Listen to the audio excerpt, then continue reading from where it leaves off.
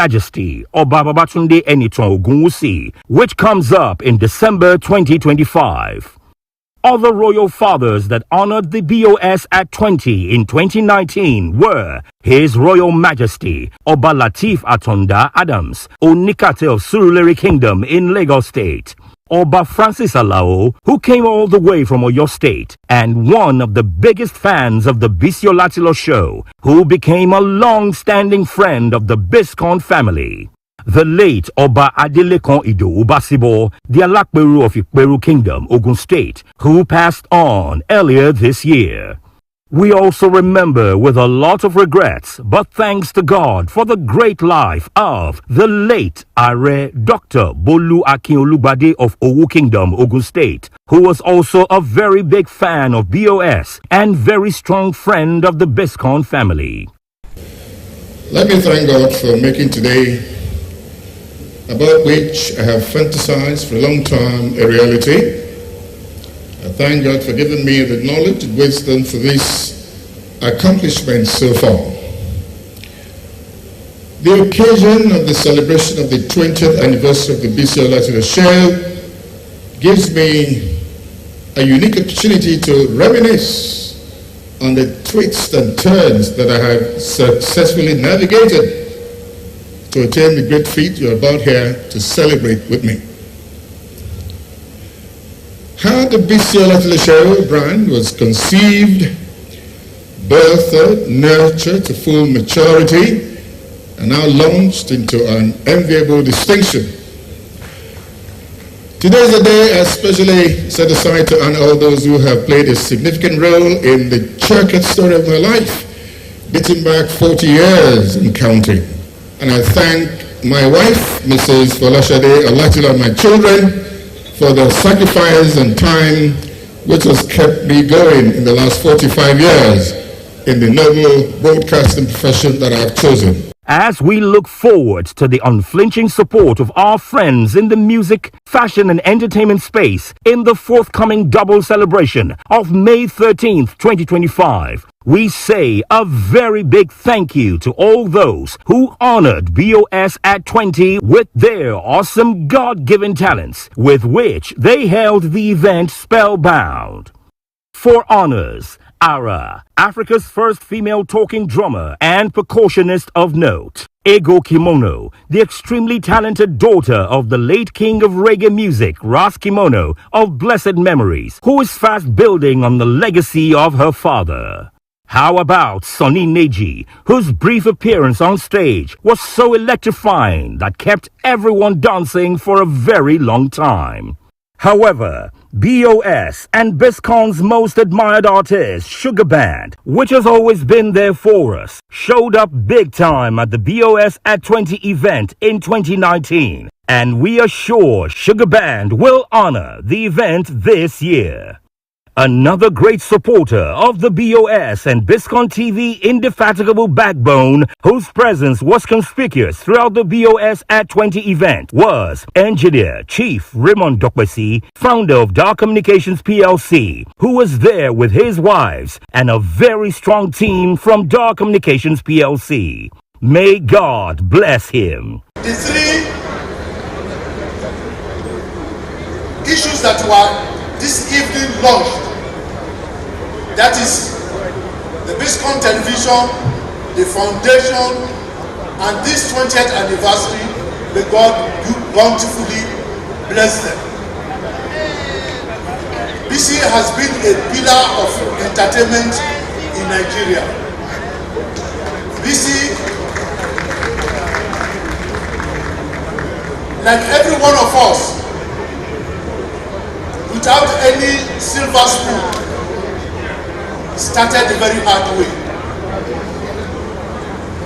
It was not difficult for me to appreciate and understand his talent and the need to support him to achieve his dreams.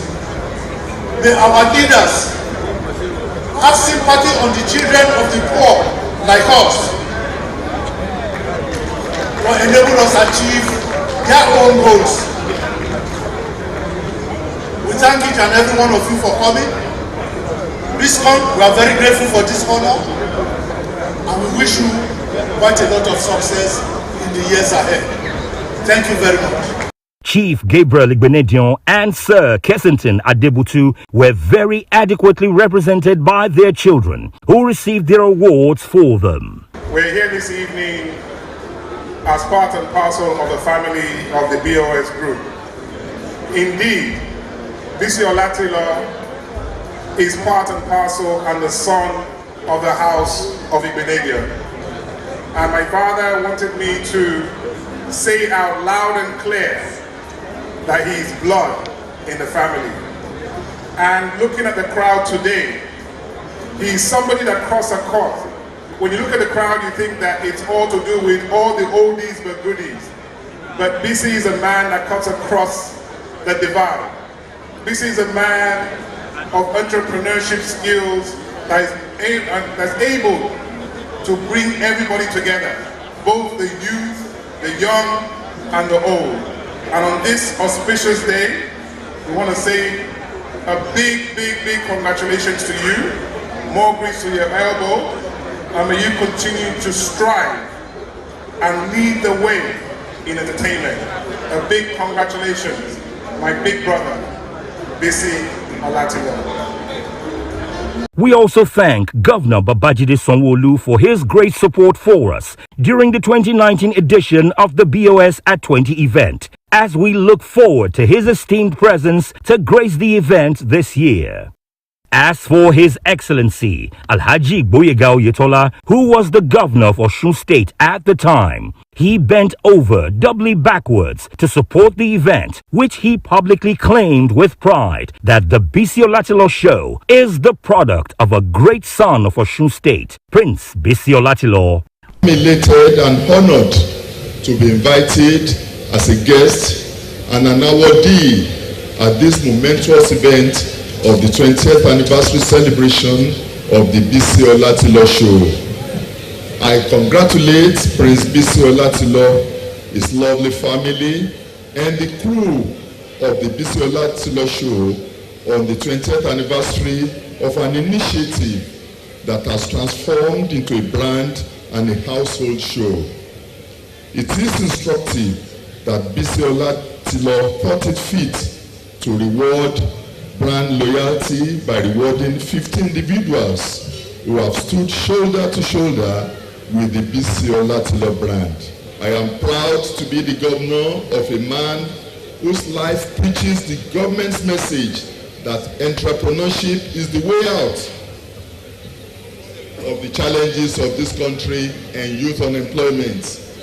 Bisi, I celebrate you. You are a man who typifies the Omaluabi ethos of industry, innovation, integrity, and hard work. I thank Bisi for the privilege of the award of BOS Special Award for Good Governance conferred on me today, even as I assure him that the elements that qualified me for this award today shall be improved upon to catapult his dear state to uncommon heights that his children will be proud of.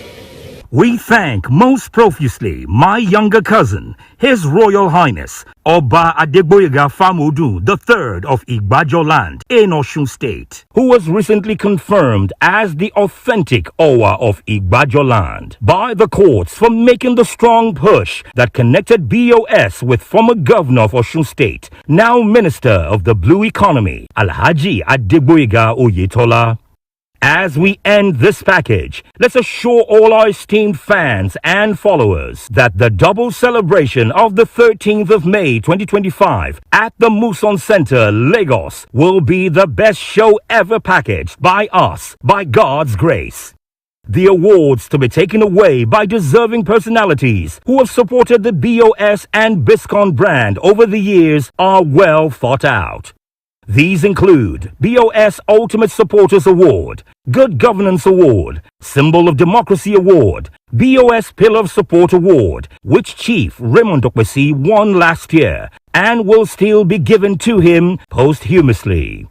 Other prospective awardees at the event this year are Governor Babajide Sanwo-Olu of Lagos State and Governors Doye Diri of Bayelsa State and Governor Hope Uzodinma of Imo State and the FCT Minister, Barrister Chief Nyesom Wike, who have gone over and above in terms of infrastructural developments in their areas of commands. However, the biggest awards of the Biscon show this year go most deservedly to the number one citizen of Nigeria, His Excellency President Bola Ahmed Tinubu GCFR, and Nigeria's First Lady, Her Excellency Senator Oluremi Tinubu CON, who has been on her feet, traversing all parts of the country, north and south, helping her beloved husband to deliver the renewed hope message, which is bringing a lot of succor and empowerment all over the country. We are blessed with very committed friends of Biscon as members of the planning committee to help deliver the message to all those concerned. The committee will be coordinated by Her Excellency Olori Dr. Mrs. Nike Akonde CON and former Governor Donald Duke of Cross River State. Please pray along with us and see you there.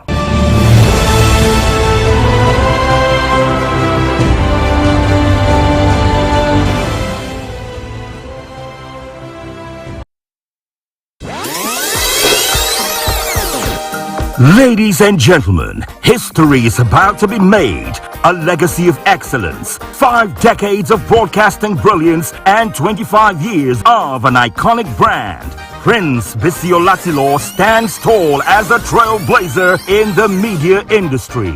Join us on Tuesday, May 13th, 2025 at the prestigious Muson Center, Onikon, Lagos, as we celebrate Prince Biscon 50 remarkable years in broadcasting and BOS at 25. An unforgettable event awaits, featuring an insightful lecture, a prestigious award presentation, and the grand unveiling of the Biscon Foundation, an initiative dedicated to impact and empowerment.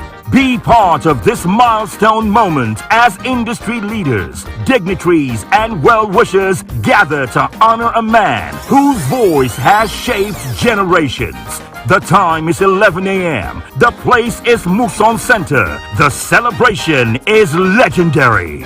Prince Biscon at 50 in broadcasting and BOS at 25. Raising the bar, setting the pace, and inspiring the future. See you there.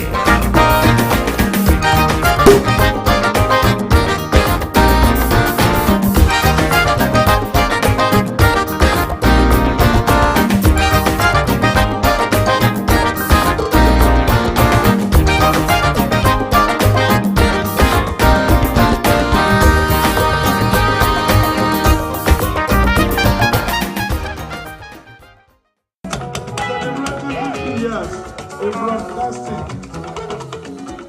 about Christian,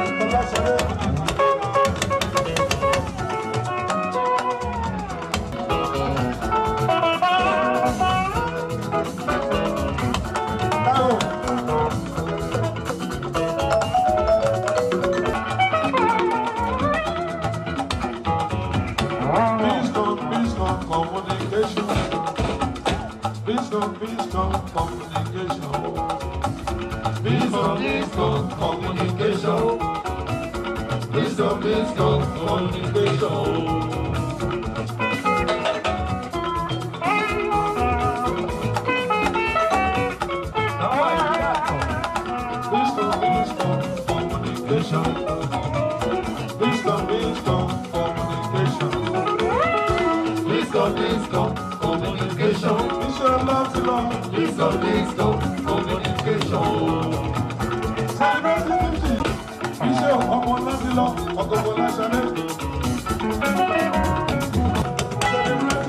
Yes, in broadcasting. About Christian,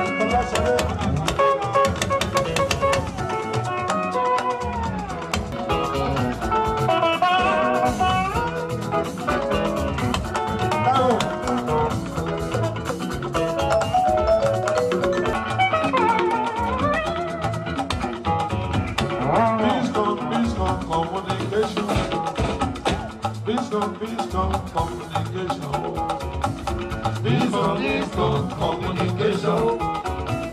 Biscon Communication.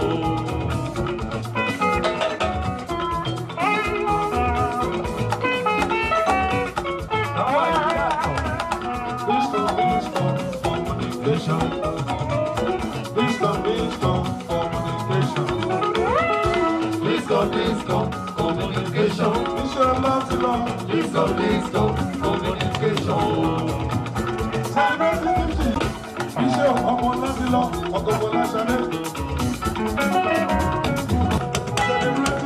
Yes, in broadcasting. About Biscon Communication.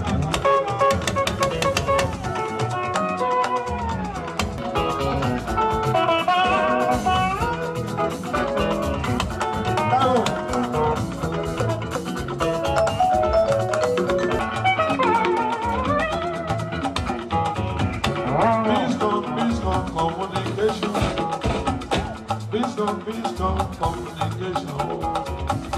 Biscon Communication. Biscon Communication.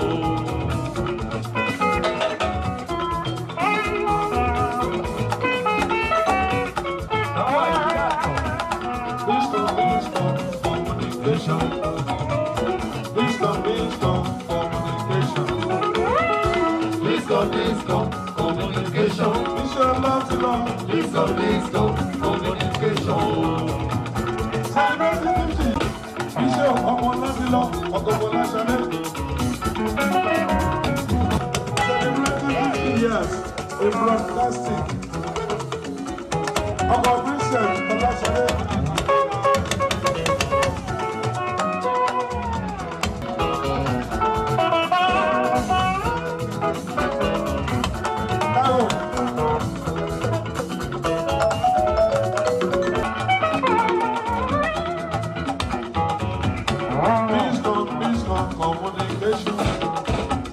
Biscon Communication. Biscon Communication.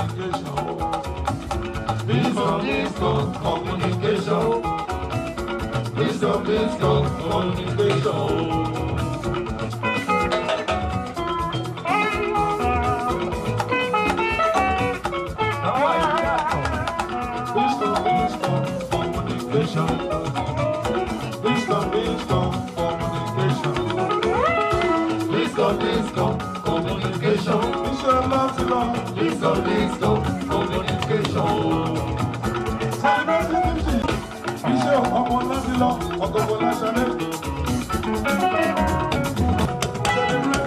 Yes, in broadcasting. About Biscon Communication.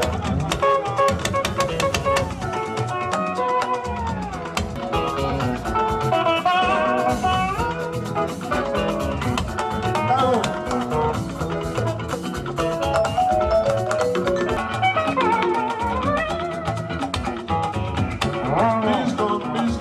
Biscon Communication. Biscon Communication. Biscon Communication. Biscon Communication.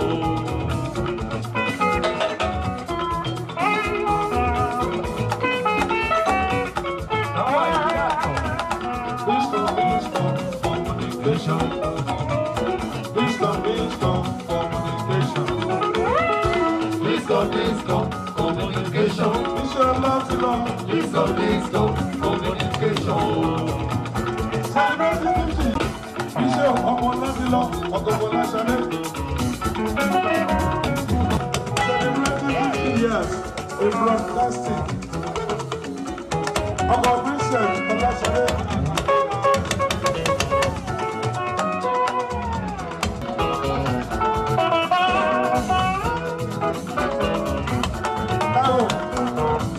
Olá, bom dia, boa tarde a todos. Eu chamo-me Nádia Catraio, sou de Santo Meio Príncipe, portanto sou santonense. Sou a fundadora da Catraio Service Unipessoal Limitada, uma empresa que atua no setor da prestação de serviços. Eu também sou mentora da Fundação Antônio Liberato, desde o ano 2020. De lá para cá, eu já acompanhei, orientei e mentorei dezenas de jovens empreendedores, com foco na lusofonia.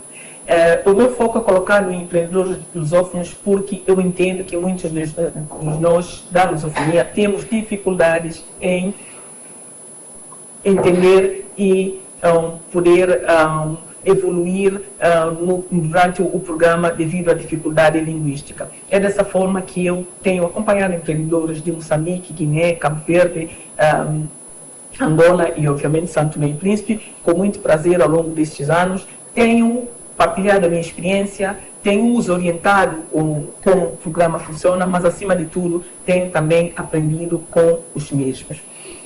Para mim, esse processo tem sido gratificante, mas, acima de tudo, o maior prazer é ver os meus empreendedores crescerem, ver os meus empreendedores darem passos para a frente. Aos empreendedores selecionados para a cohorte 2025, dizer-vos que estão de parabéns. Vocês não foram apenas selecionados para beneficiar de $5.000, não. Vocês foram selecionados para fazer parte da maior e melhor família de empreendedores a nível do continente africano. Boa sorte a todos e bem-aja à Fundação Tony Elumelu por esse programa magnífico que tem mudado vidas de milhares e milhares de jovens e não só, de famílias africanas. Obrigada.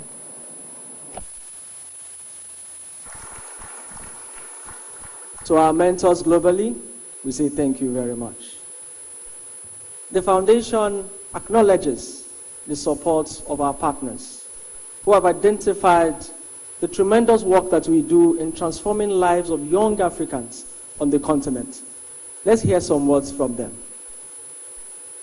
My name is Dr. Awele Elumelu, and I am the co-founder of the Tony Elumelu Foundation. It's my pleasure to welcome and celebrate the 2025 cohort of Tony Elumelu entrepreneurs.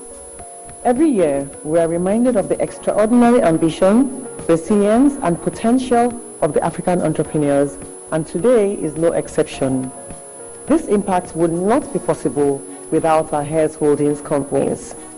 I extend my deepest appreciation to Transcorp Group PLC, Health Energies, and United Capital, who continue to believe in the power of entrepreneurship to transform lives. I also thank Google, the UAE Office of Development Affairs, the Khalifa bin Zayed Al Nahyan Foundation, DEG, for standing with us to scale our impact across the continent.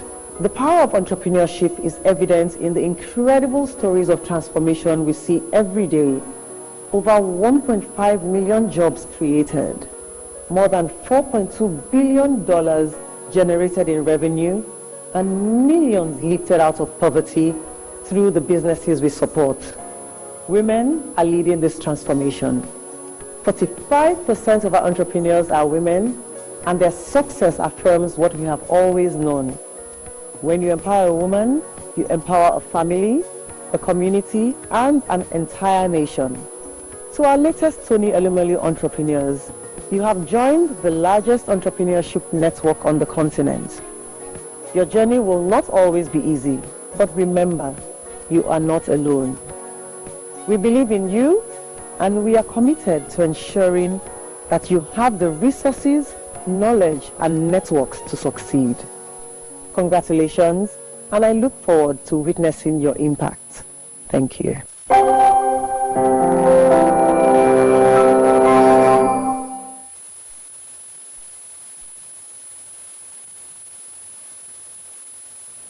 Good day from Cologne, Germany to Abuja, Nigeria.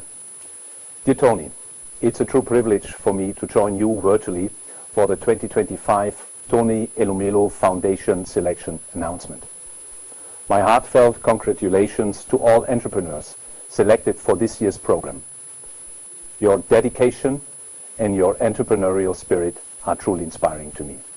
Tony, I had the privilege to meet with you and your team last December in Lagos, and I could truly see and feel myself how important the work of your foundation is in today's world for Nigeria, but also for the broader African context. We at DEG are very proud that we have supported a number of these entrepreneurs in the past programs, and we will continue to do so. We will finance 400 entrepreneurs with access to business management and to trainings in green entrepreneurships in the upcoming phase. By providing access to funding and mentorship, your foundation and its partners are empowering young African entrepreneurs to create jobs, reduce poverty, and work and thrive on inclusive growth in your country. I look very much forward to witnessing the continued success of this work of your foundation. The Etonian team, congratulations once again. Looking forward to meet you very, very soon. Bye-bye. Assalamu alaikum. A special greeting to Mr. Tony, founder of the Tony Foundation, and to everyone present today.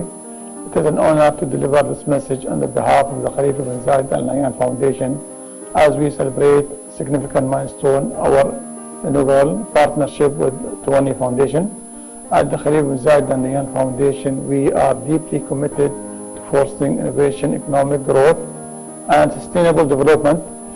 That's why this collaboration is a milestone, and the Tony Foundation has an outstanding legacy for African youth. We are, as a partnership together, we work together to develop an economic sustainable for African youth in Africa, and we wish good luck for everyone who will participate in our program, inshallah.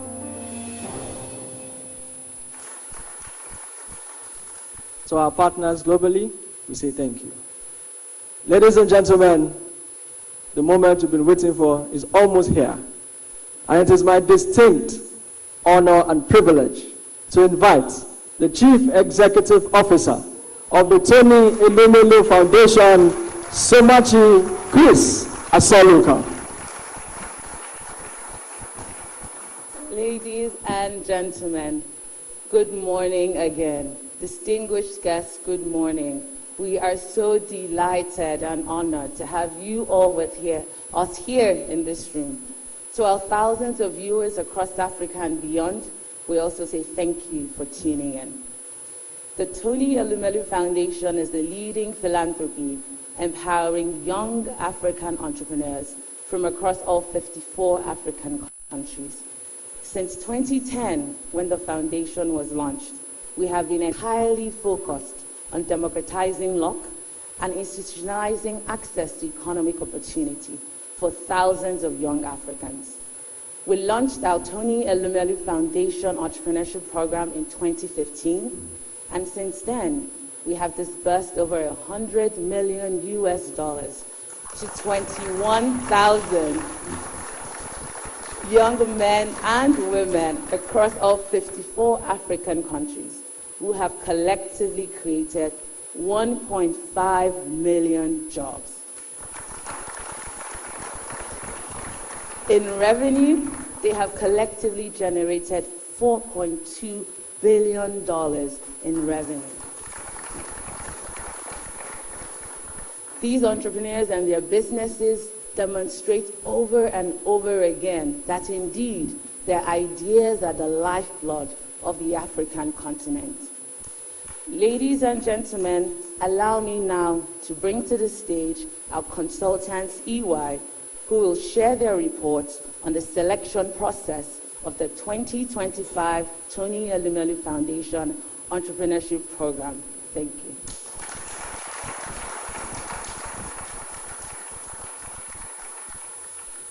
Good morning, distinguished guests, members of the TEF board, and viewers joining us from across Africa and beyond. My name is Damilola Aloba. On behalf of EY, it is my honor to present to you the results of the rigorous selection process for the TEF Entrepreneurship Program for 2025. Our selection process was guided by a rigorous evaluation framework, assessing applications across 5 key criteria. The first is business feasibility, market opportunity, financial understanding, business scalability, leadership, and entrepreneurial skills. A highly competitive process was designed to identify and shortlist the most promising entrepreneurs. So this year, we had total applications across the continent of over 200,000. Of these applications, we had a final shortlisted entrepreneurs of 3,000, which forms only the top 1.5% of all the entrepreneurs. Can we give a round of applause?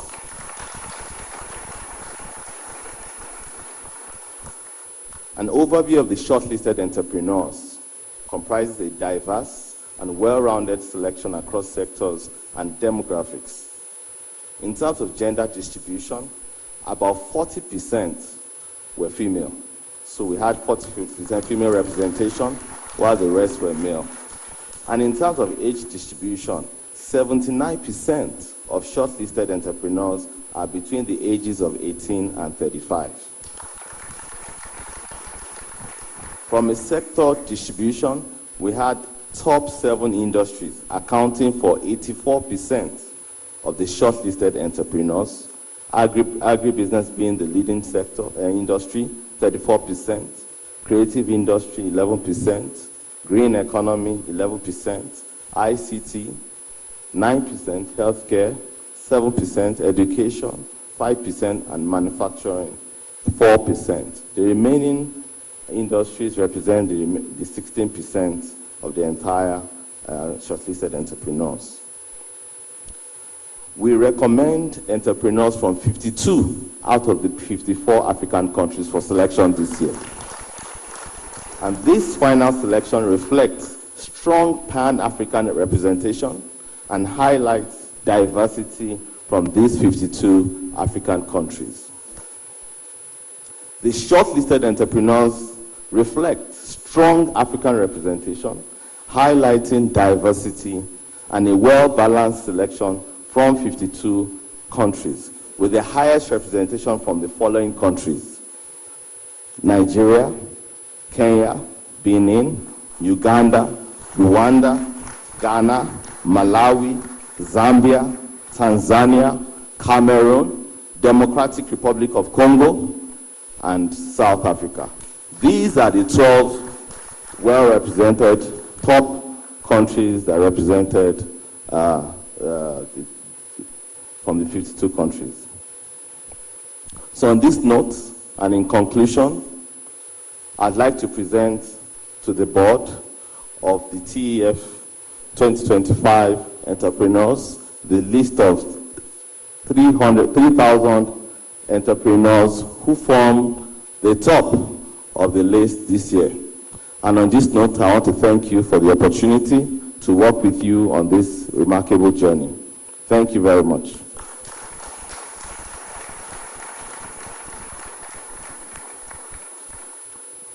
Ladies and gentlemen, today is an extremely special day because whereas on everyone else's birthday, they expect gifts and accolades, on our founder's birthday today, he's committed to funding an additional 3,000 young African entrepreneurs from 52 African countries.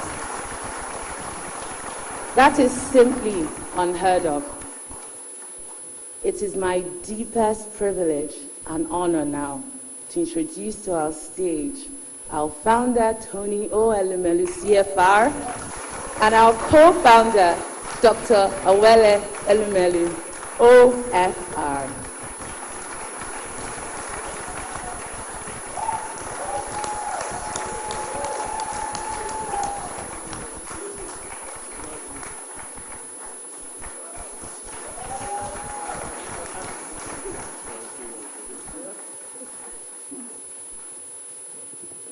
Distinguished guests, please sit down.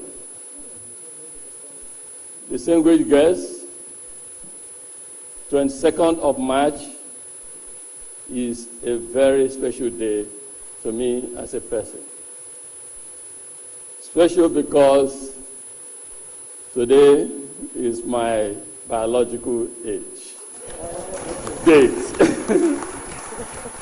My biological date of birth. And so call it my birthday. But more importantly, today is the day the Tony Elumelu Foundation has chosen every year to democratize luck across Africa, to share happiness across Africa, to help give economic hope and opportunities to many, our young ones, across Africa. My wife and I, we had a vision. We shared a vision in 2010. We shared a vision of a self-sustaining African continent, a prosperous Africa, powered by the energy, innovation, leadership, and resilience of young African men and women.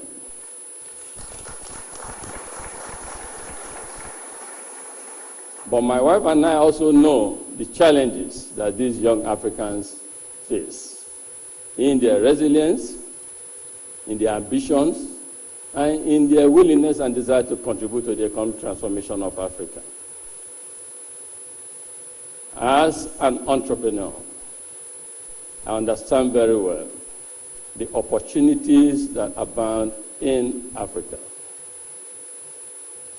I understand the entrepreneurship, transformative power that our young ones can unleash on the continent. But we know that there are challenges. We also know that if empowered and encouraged, these young Africans can fix the challenges we have across or that we live with in Africa. So we decided to create the Tony Elumelu Foundation that same year, 2010, to help give economic hope and opportunity to these young Africans, to help that next generation of Africans that are seriously challenged, to give them the resources, to give them the training and the guidance that they need to succeed.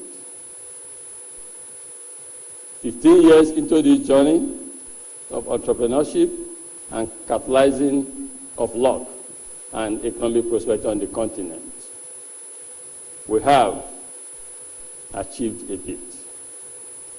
But in 2015, as people with private sector mindset, we decided, we know that what gets measured gets done.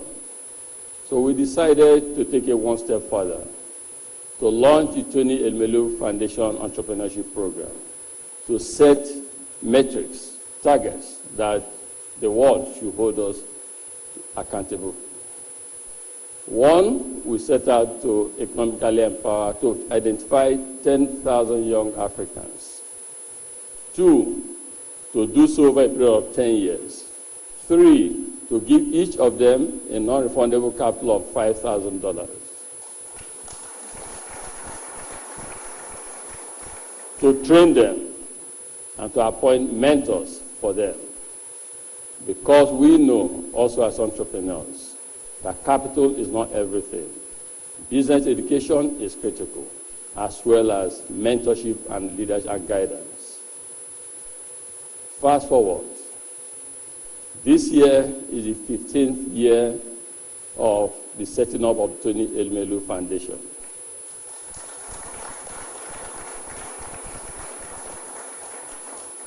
When we look back, we are humbled by the progress that has been made, by the achievements that have been made, by the impact that has been created, not just in one country, not just in one's family, but across all 54 African countries.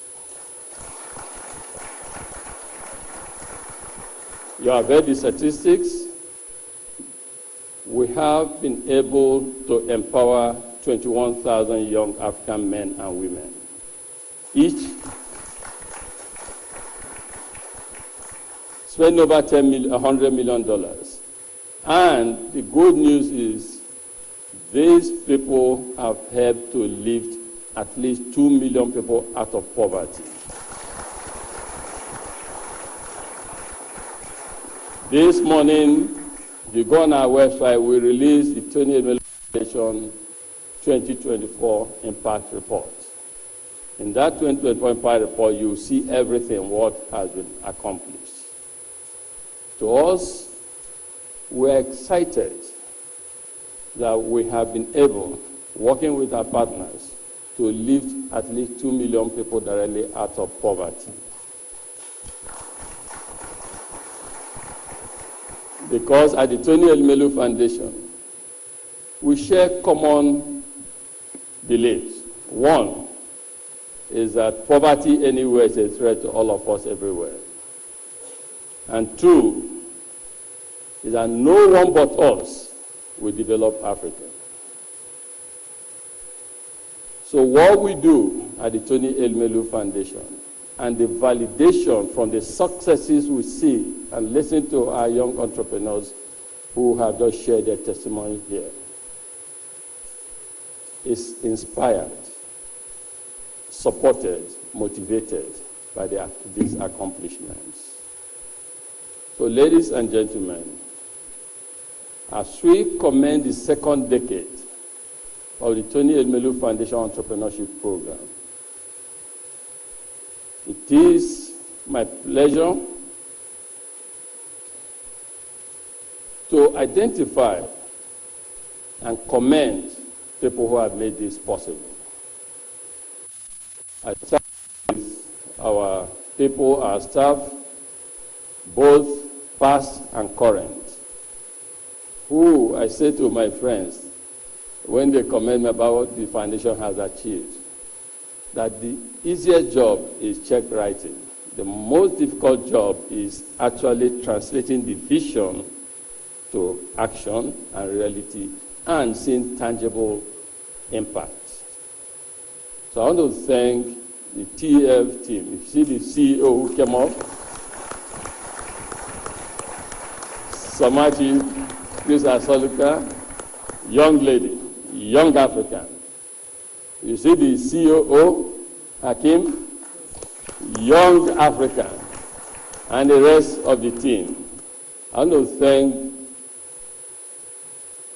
our mentors. You have been wonderful.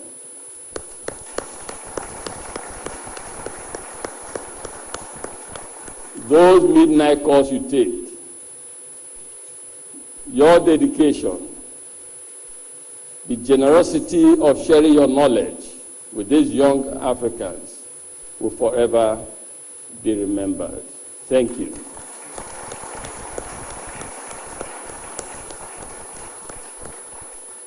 I want to thank our partners. You listen to some of them, but we have others, because as I said, this journey started so many years ago. Too many to be mentioned, but some stand out. United Nations Development Program, UNDP, thank you for what you do. Interestingly, United States government, thank you for being part of this. Chairman GIZ, thank you for your support. The International Red Cross, we appreciate your support. To African Development Bank, thank you. And then to Africa's Global Bank, United Bank for Africa.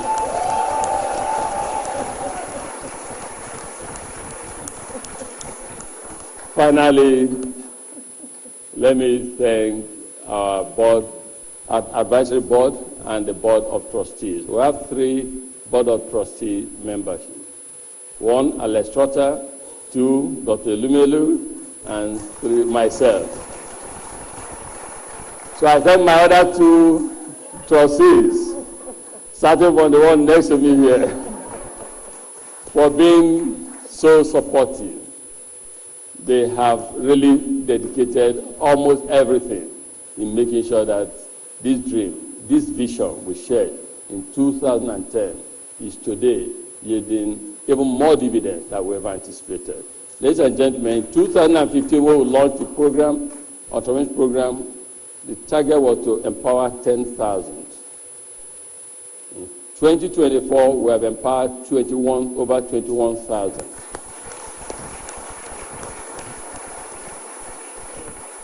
But we are keenly and acutely aware of the millions that we have been unable to touch yet. Which is why, in my advocacy, in my trips, I keep mobilizing, encouraging the world that in the 21st century, what Africa needs is not aid. What Africa needs is investments. Investment in infrastructure and investment in our young ones.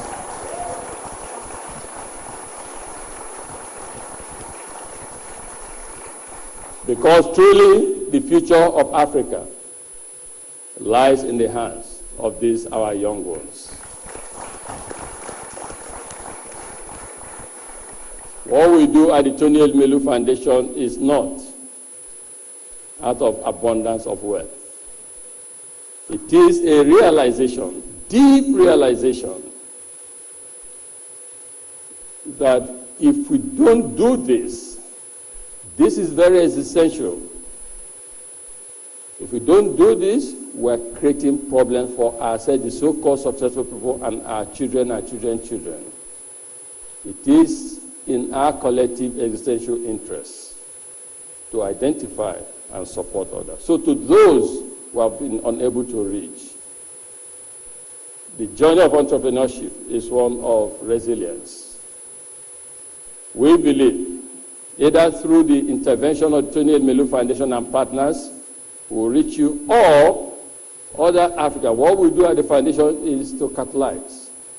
Other Africans and friends of Africa will find you in your respective spaces and support you. And so, ladies and gentlemen, on behalf of the Board of Trustees, it is my honor, our honor, to accept the recommendation of Ernst & Young, EY, to unveil for the 2025 Tony Elumelu Foundation 3,000 successful entrepreneurs that will receive $15 million.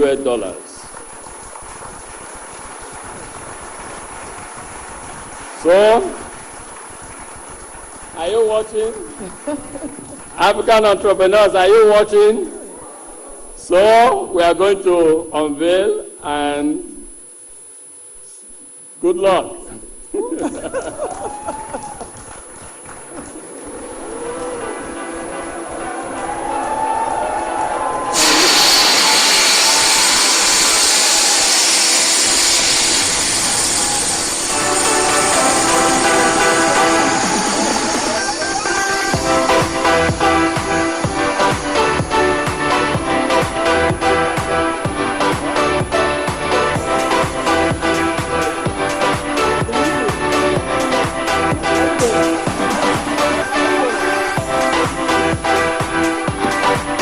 Congratulations to the 11th cohort of the Tony Elumelu Foundation Entrepreneurship. We're very proud of you all, and we're excited to see the great things you will do. But may I just add at this point that to those who were not selected, we say keep your entrepreneurship dreams alive, and we wish you all the very best on your entrepreneurial journeys. Congratulations.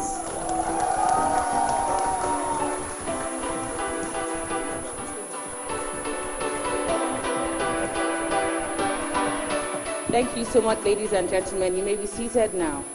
We will take quick photos. We ask all our ambassadors and all representatives of ambassadors, diplomatic community, to please step forward now to take photos with the TEF founder and co-founder.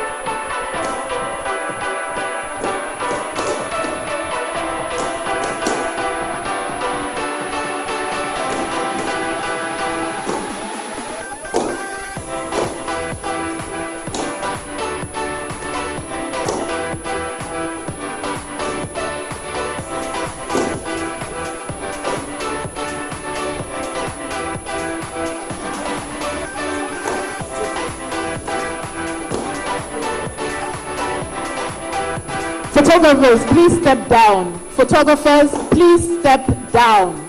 Photographers, videographers, please step down.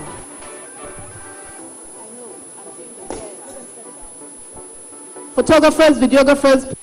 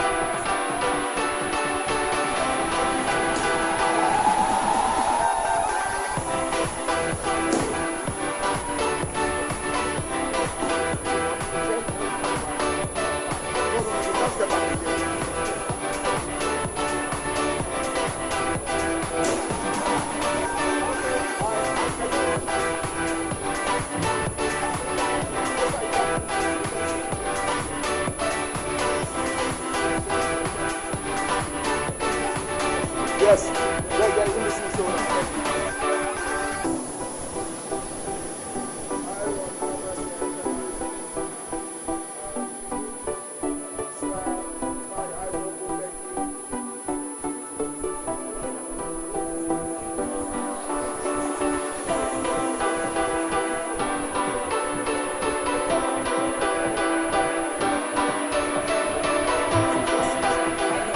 Thank you so much, diplomatic community. You can have your seats, please.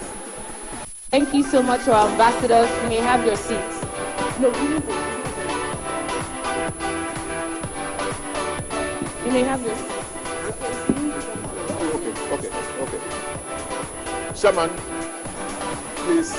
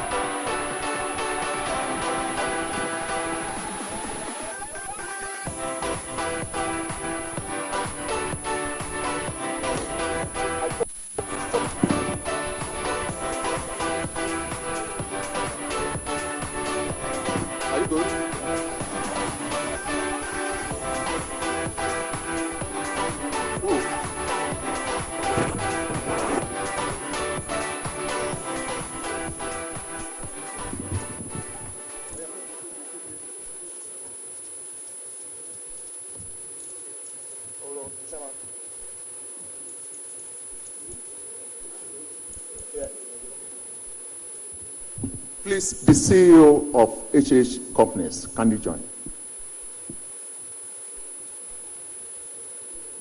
With UBA Deputy Managing Director.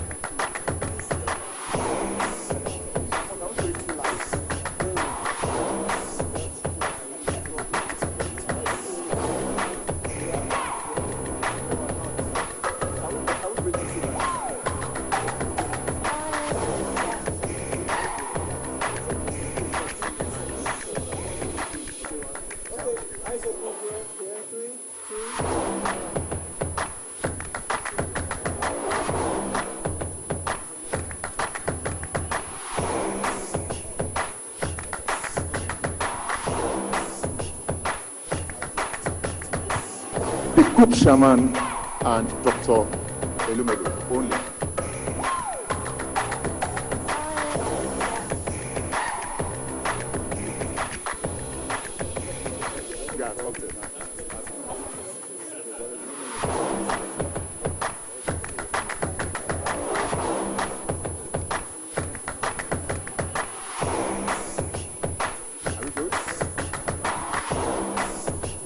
I'll call them.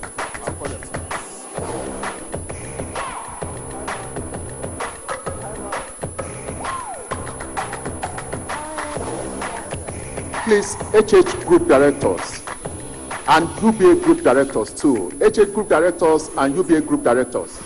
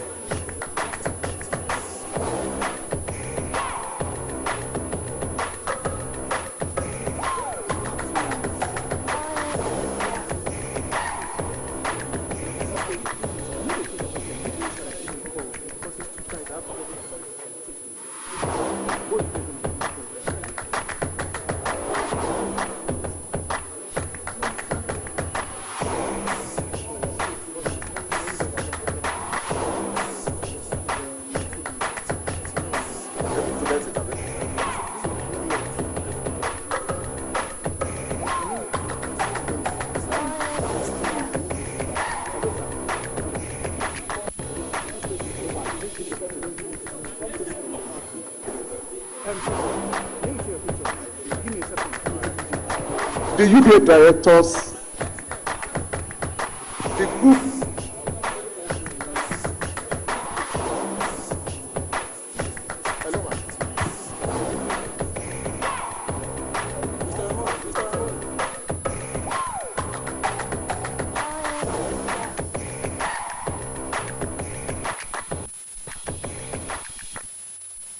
Professor Moyen, please.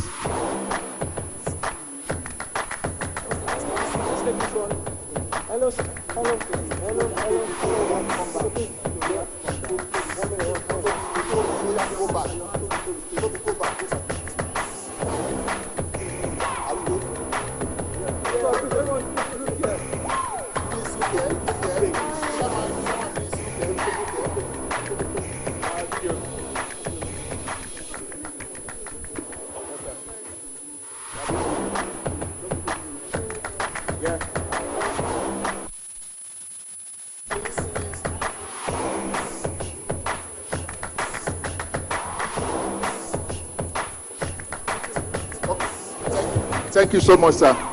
Samachi, please take over.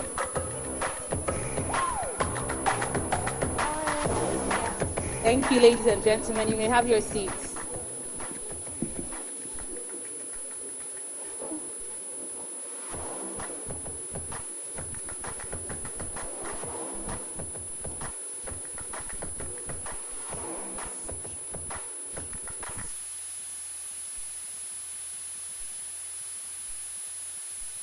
Participating at the 2025 Tony Elumelu Foundation Entrepreneurship Program Selection Announcement. The founder and co-founder have committed to taking selfies with every single TEF alum in the room and every single TEF mentor. So as he's walking now, he wants to take selfies with each of you. Ladies and gentlemen, thank you again. We have cocktails waiting for you just outside, right outside. Thank you and have a great weekend ahead. Thank you.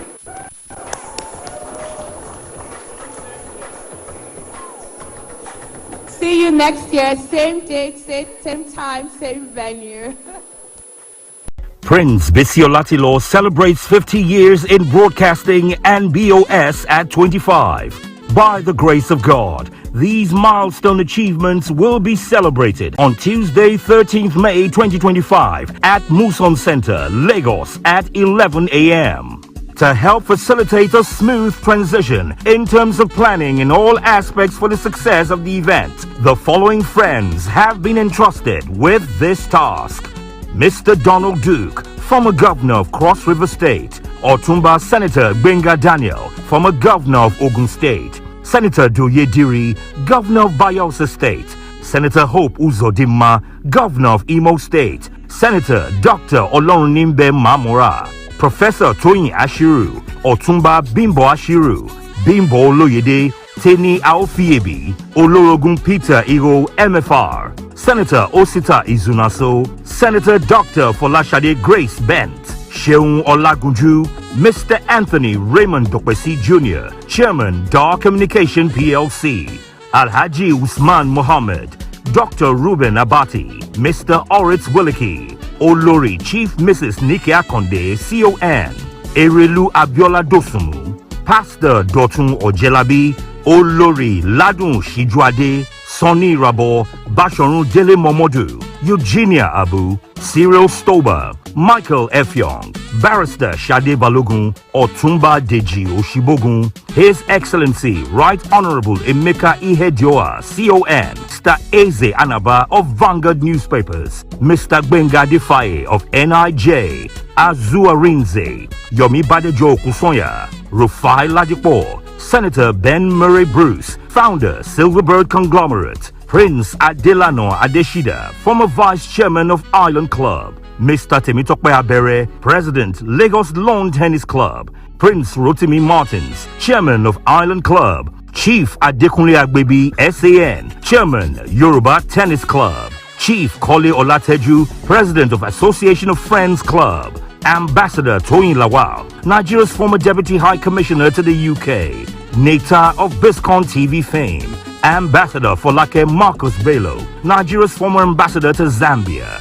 Professor Egusa Osagi, DG NIIA, Mr. John Momo, OON, Chairman of Channels Media Group, Prince Nduka Obaibena, founder of This Day Newspapers and Arise News, Mr. Bayo Awoshemo, Deputy MD of Arise News, Mrs. Ronke Ayuba of NTA fame, Honorable Abike Dabrierewa, Chairman of Nigerians in Diaspora Organization, Honorable Kafila Ogbara, Chairman of Women Affairs Committee of House of Representatives, Mrs. Moji Dokpesi, wife of Chief Raymond Dokpesi, founder of Dar Communications PLC, Modele Sharafa Yusuf, Nigeria's first female television sportscaster. This committee, made up of esteemed friends of Prince Bisi Olatilo, will be coordinated by Her Highness Olori Dr. Nike Akonde, CON, and His Excellency Mr. Donald Duke, former Governor of Cross River State. Remember, the date is Tuesday, 13th May 2025 at Muson Center, Lagos. Time is 11 a.m. Time is of the essence. Time to hit the ground running. May God bless you all.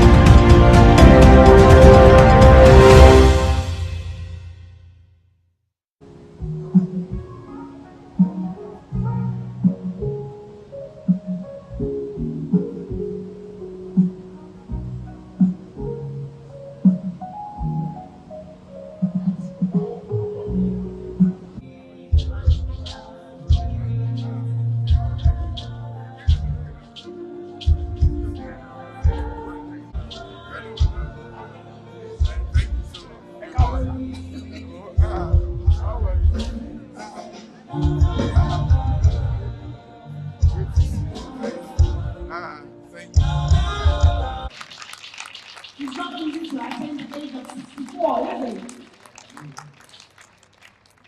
Another round of applause for the man that we're celebrating and honoring today. So sit back and relax. We'd like to welcome our guests today, but I'm going to actually start with the gentleman that we're honoring today. So I would actually introduce. Welcome, sir, to your own event. We welcome you, sir.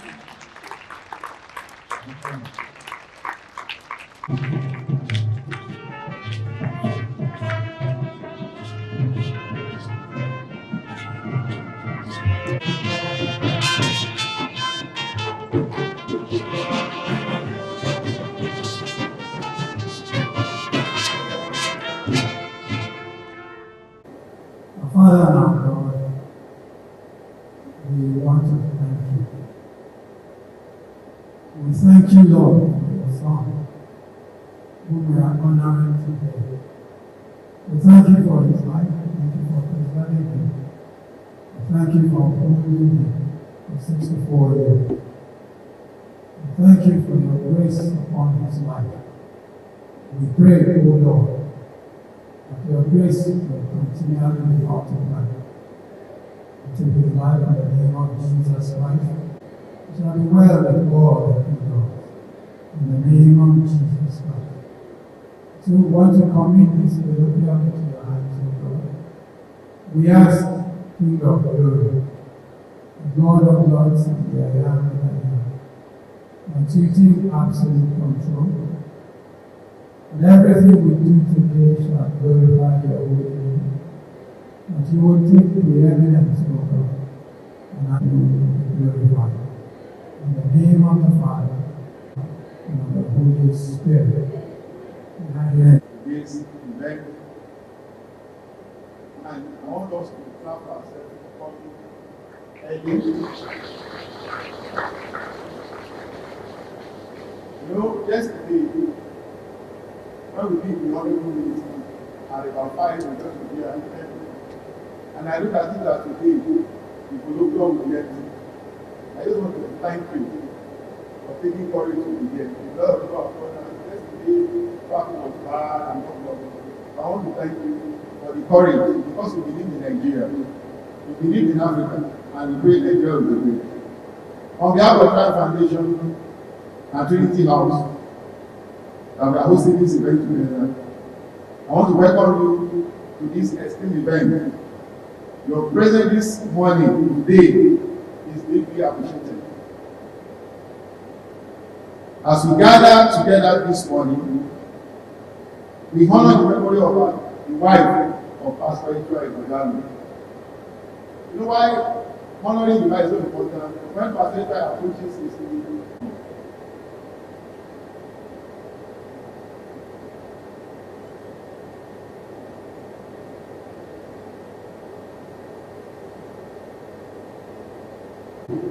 continue to rest in perfect peace.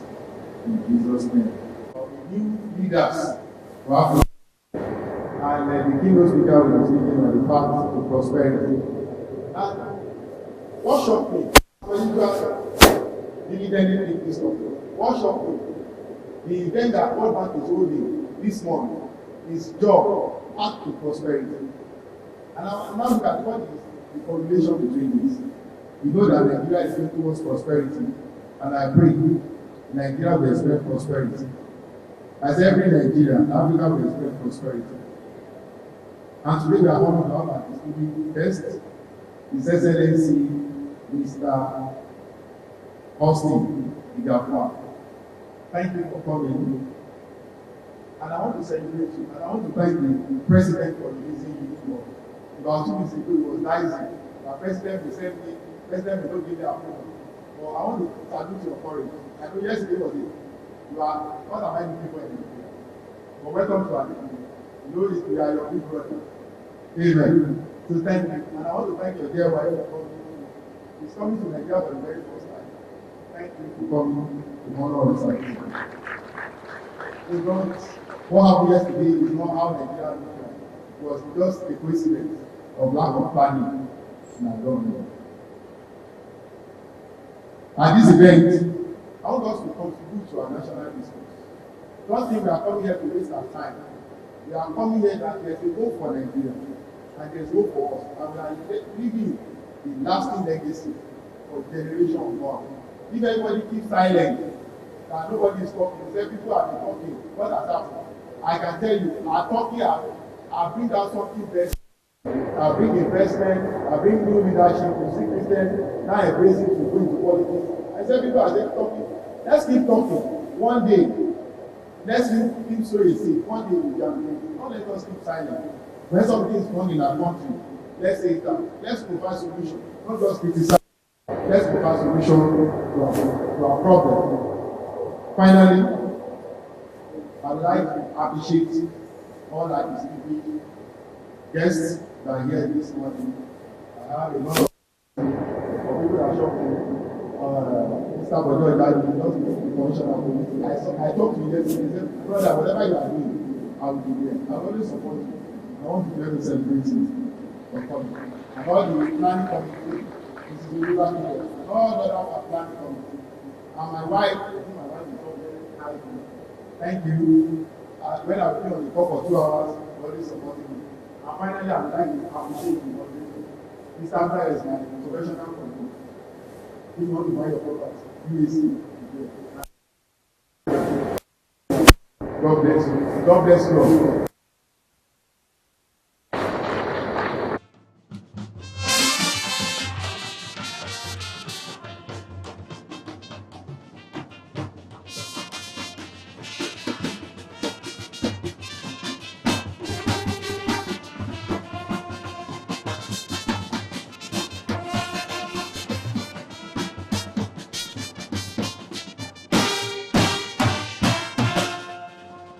Crossing traffic before, go to New York or come to Lagos. That's actually challenge. So I apologize for that traffic, but again, I don't apologize. It's part of our development. Thank you so much for taking the time and the trouble. My good friend, the Honorable Minister of Petroleum of Nigeria, former Honorable Minister for Petroleum, Dr. Ibe Kachuku, is on his way. I think he got caught in that traffic till 5 a.m. this morning, having come in from South Africa yesterday just to be here. So he will be here shortly. He called me that he's here. So he started or initiated this colloquium that we are now celebrating for the 5th year. So every time we have this colloquium, it gives me a throwback to my beloved late wife, Ibidumi Itwa Olajide Ikodalo. I'd like to also welcome and thank her mother, my mother-in-law, Chief Mrs. Ajayi. She's right there sitting quietly, as she always does. Please celebrate with me the woman who gave me a wife. Thank you so much for coming. And of course, my brother-in-law, Dari Ajayi, is somewhere there also. He's an active supporter of almost everything I do. I want to thank Her Excellency, Dr. Mrs. Claudiana Ibijoke Sanwo-Olu. She's on her way. Her people are already here. And I want to thank her for her special love for me. There's a particular love for me. Almost on a regular basis, at this time of the year, she comes to pass by, to visit, and to wish me well. So she's been a regular attendee at this colloquium for many years. Please help me to give her a round of applause, even in absentia. But I know that before we finish this afternoon, she will be here. I want to thank all our distinguished panelists. Mrs. Iranloye Balogun, thank you so much for everything that you do and for being a driver of small-scale industries in Nigeria. I want to thank Henrietta. Henrietta is not here, she's abroad, but she's asked someone to come and stand in her stead. Henrietta again and I met again through my late wife. One of the last things my wife did before she passed was to attend a course at the Lagos Business School at this place today. We're concerned about Nigeria. We're concerned about a pathway to prosperity. We're concerned about a greater Nigeria. We're concerned about Nigeria taking its rightful place in Africa and being able to lift up the continent of Africa. And since I was in primary school, to be honest, I've been a lot very concerned about things of Nigeria. I grew up in government. I grew up as a government kid. I grew up knowing things going right in government. I grew up seeing developing Nigeria. So it's become a source of concern for me in my years now, as I see that the Nigeria that we have is not quite the Nigeria that we thought we would have. When I was growing up in Ibadan, there were no walls between houses.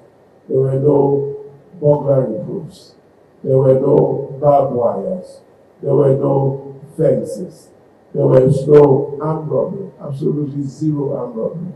There was virtually no traffic, even in Lagos, where he was working as the first accountant of the MNDC. And he'll get to Benin by 11, and he'll call us. The only thing that was a little bit short then was the telephone. In those days, you had the rotary phone.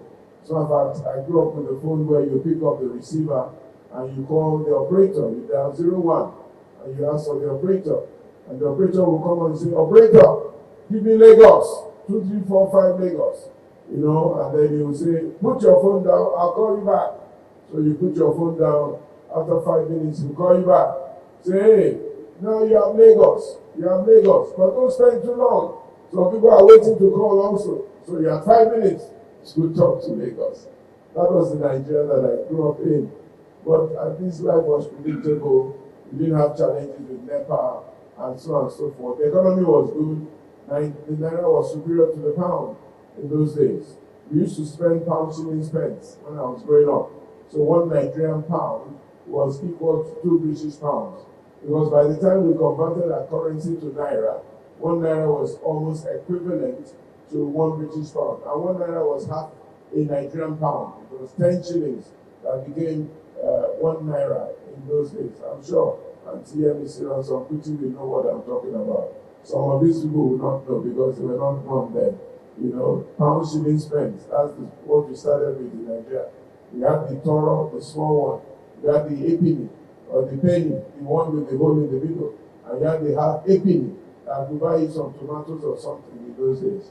You know, my mother used to stress us out because she used to take us shopping on Saturdays.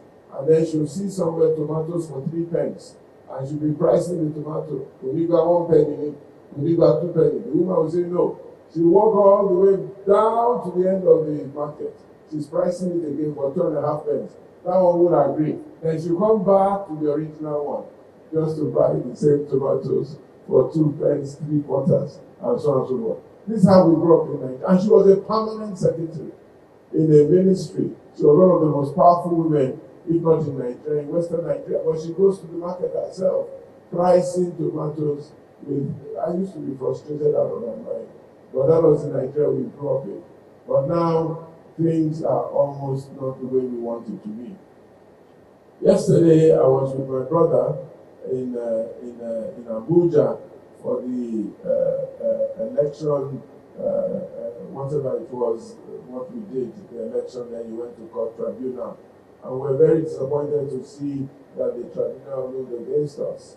And it's been a piece of a calming for us. But we will not stop trying, because the democracy of Nigeria must survive. The democracy of Nigeria must have its place. The democracy of Nigeria must be established and improved upon. And I have resolved in my mind that my life will be a perpetual struggle, because you can decide what you want to be, to remain quiet and then just roll with the coast, or to decide that we must work together to ensure that we have a strong, a vibrant and steady democracy in this country, and that we have a strong, a vibrant and steady economy also. I'm hoping that our conversationalist today, the former Minister of Petroleum Resources, Dr. Ide Kachuku, who is also an academic, an extremely cerebral person, will be able to tell us the pathway to economic prosperity in Nigeria, and also our brother from Liberia, Mr. Angofan, will be able to tell us the Liberian experience and what he perhaps believes is the pathway to economic empowerment and development in Africa. I'd like to invite everyone to please sit back, listen. We're going to have questions and answers after, and to enjoy this conversation. And by speaking and conversing, we can make things better.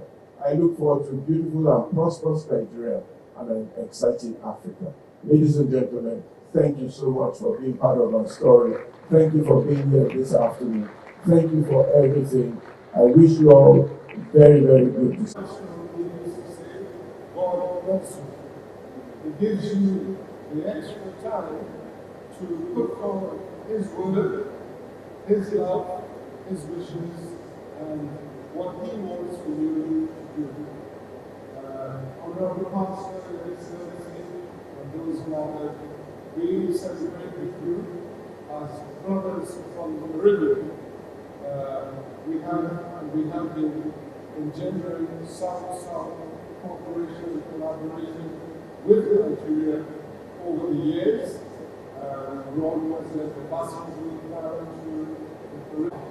to engender that collaboration. As a result of that, the country of Antigua and Barbuda and Nigeria also to forge closer ties with Nigeria. And like the first speaker just said, Nigeria is a great country. It is a country to come back to. It is a country to be aided. It's a country that, without its economic growth and potential, the rest of Africa is a poor story for your brothers and sisters in the Caribbean. And I would say, those gathered to celebrate His Excellency, the pastor, that visions that we have for Nigeria and for those that we are being given extra time for. When I say extra time, birthdays and milestones, it's a spiritual break. What is a spiritual break? Nigeria is. And I have been a good message from the government of Antigua and Barbuda to celebration and to celebrate those who are in support of people. Thank you very much.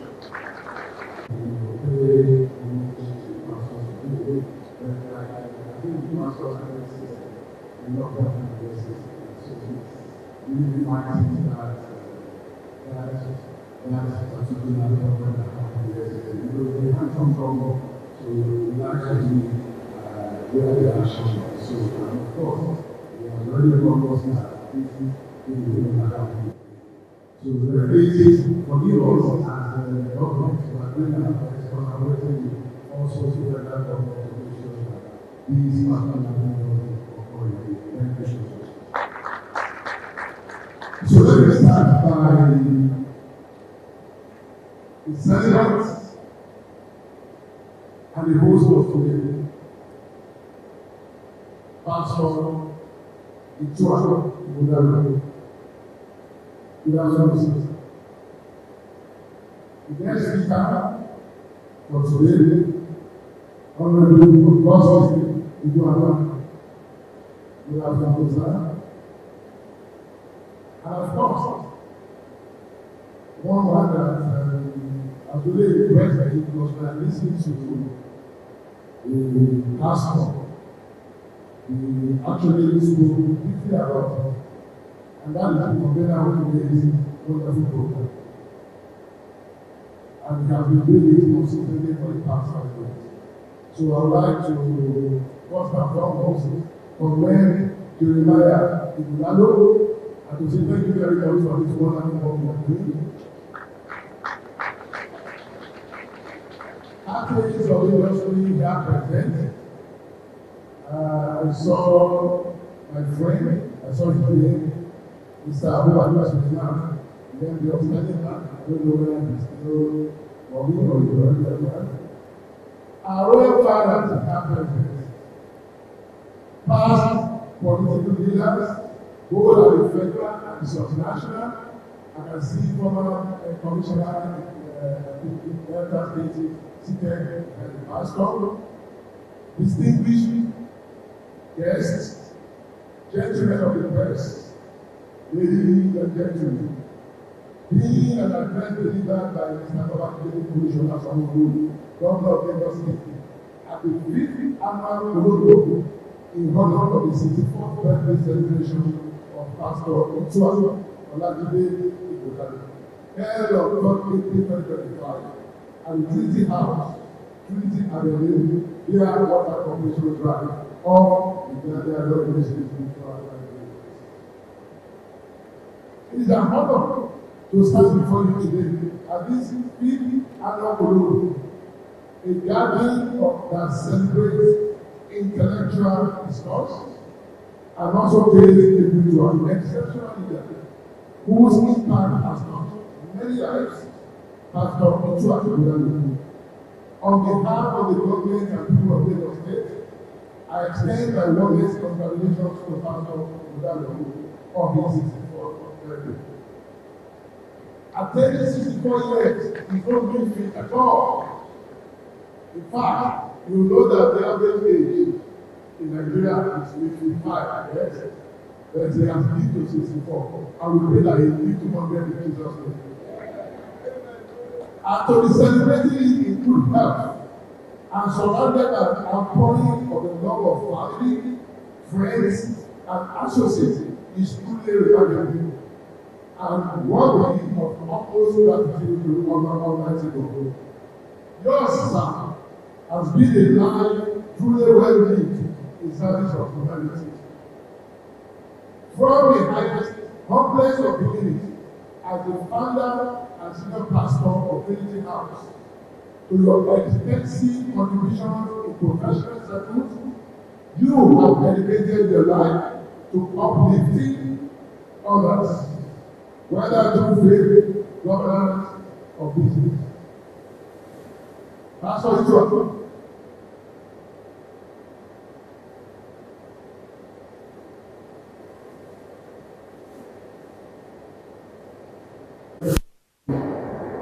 God says, as the founder and senior pastor of Trinity House, to your extensive contributions in professional circles, you have dedicated your life to uplifting others, whether through faith, governance, or business. As an accomplished economist, accountant, and visionary, Pastor Olajide has built a career in excellence. His influence spans across auditing, taxation, financial advisory, media, and philanthropy, demonstrating his passion for progress and nation building. His leadership extends beyond Trinity House as he sees on multiple boards, guiding initiatives that foster growth and development and transformation. Your dedication to integrity, innovation, and service is a beacon of hope, and for that, we are profoundly grateful.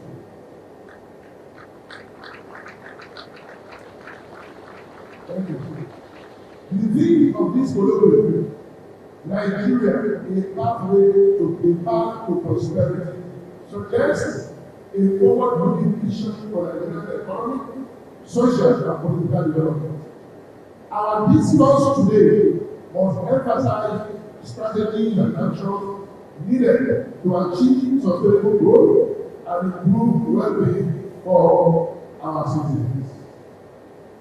The pursuit of a prosperous Nigeria is not just a dream, it is a necessity. It is the hope that wakes millions of our citizens. Each morning, the desire that fuels their ambition despite the economic challenges we face. But prosperity does not happen by chance. It requires intentional efforts, strong leadership, and collaboration across all sectors: government, business, religious institutions, and civil society. We need policies that support our people, empower entrepreneurs, and create opportunities for growth in industries like technology, agriculture, and manufacturing. In Lagos State, we are taking deliberate steps to build a thriving economy that benefits everyone. Our investments in infrastructure, entrepreneurship, technology, and security are shaping a Lagos that works for its people. Initiatives like the Lagos State Employment Trust Fund are helping thousands of entrepreneurs turn their dreams into reality. proving that when government and business collaborate, progress is inevitable. However, the vision of prosperity must go beyond Lagos. Every region of Nigeria, north, south, east, and west, must be part of this journey. We cannot afford to develop in isolation. Nation building is a collective responsibility. We must embrace unity, fairness, and justice in governance, ensuring that opportunities are accessible to all. Prosperity must be inclusive, no Nigerian to be left behind. Pastor Ichwan Ugado has exemplified what it means to live with purpose. His commitment to transparency, development, and social impact is something we cannot learn from. Nigeria needs more leaders like him. People who prioritize progress over personal gain, and who work tirelessly to elevate society. Finally, I want to commend Pastor Ichwan Ugado and the organizers of this platform is crucial. Conversations like this help us to reflect, strategize, and commit to real change. As we celebrate an extraordinary leader today, let us also reaffirm our role in shaping a better Nigeria. I urge each of us to identify the role we play in the collective task, whether in governance, be it in business, in education, or community development. So that this discussion will not end here. Nation building is our collective decision, and I'm certain that we can create a Nigeria that thrives. Once again, I offer hearty congratulations to Pastor Ichwan on this special occasion. Your leadership continue to inspire all of us. Thank you, and God bless you.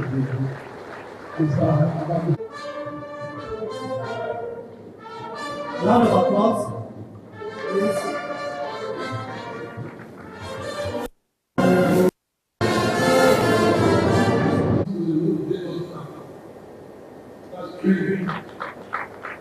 I had told my wife about the Lagos traffic and she was anticipating.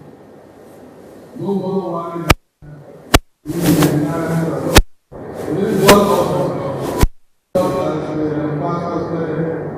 this is so extended to the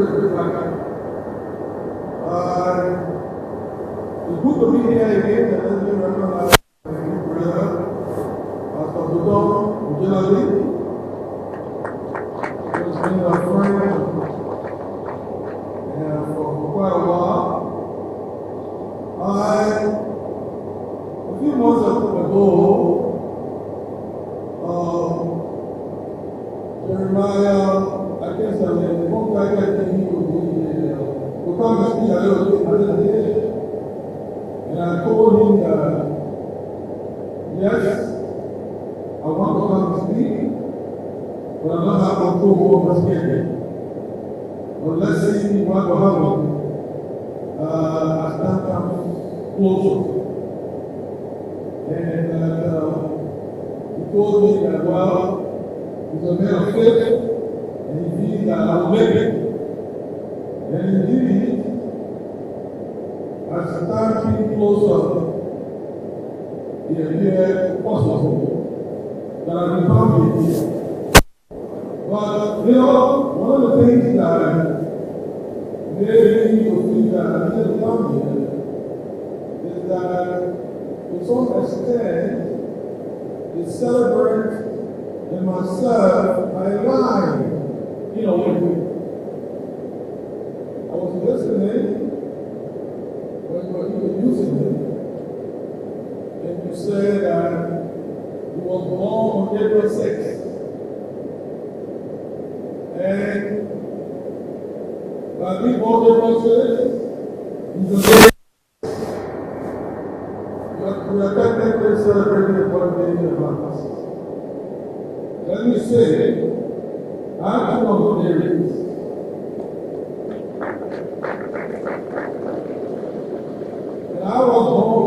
Senate.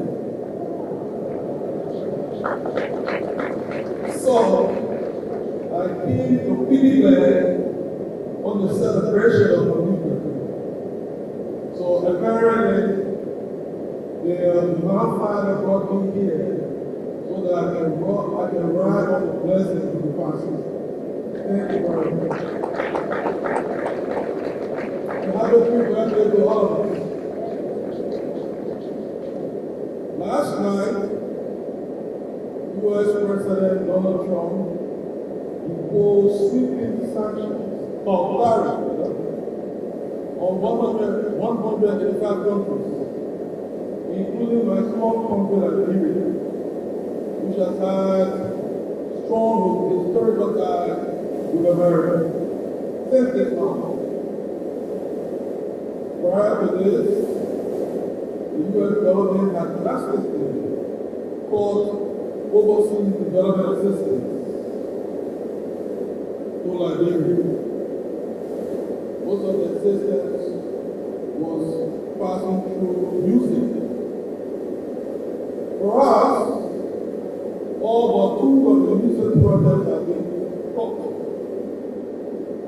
Some of the support programs affected include school feeding programs, the scholarships for the learners and the teachers. 2 years back in 2005, in Glenigos, the G8 met, the G8 leaders committed to increasing overseas development assistance, ODA, aiming to double aid to Africa by 2010. 2 years earlier, they have committed to dedicating 0.7% of their GDP, that is 1%, to overseas development assistance. Very few developed countries met that benchmark.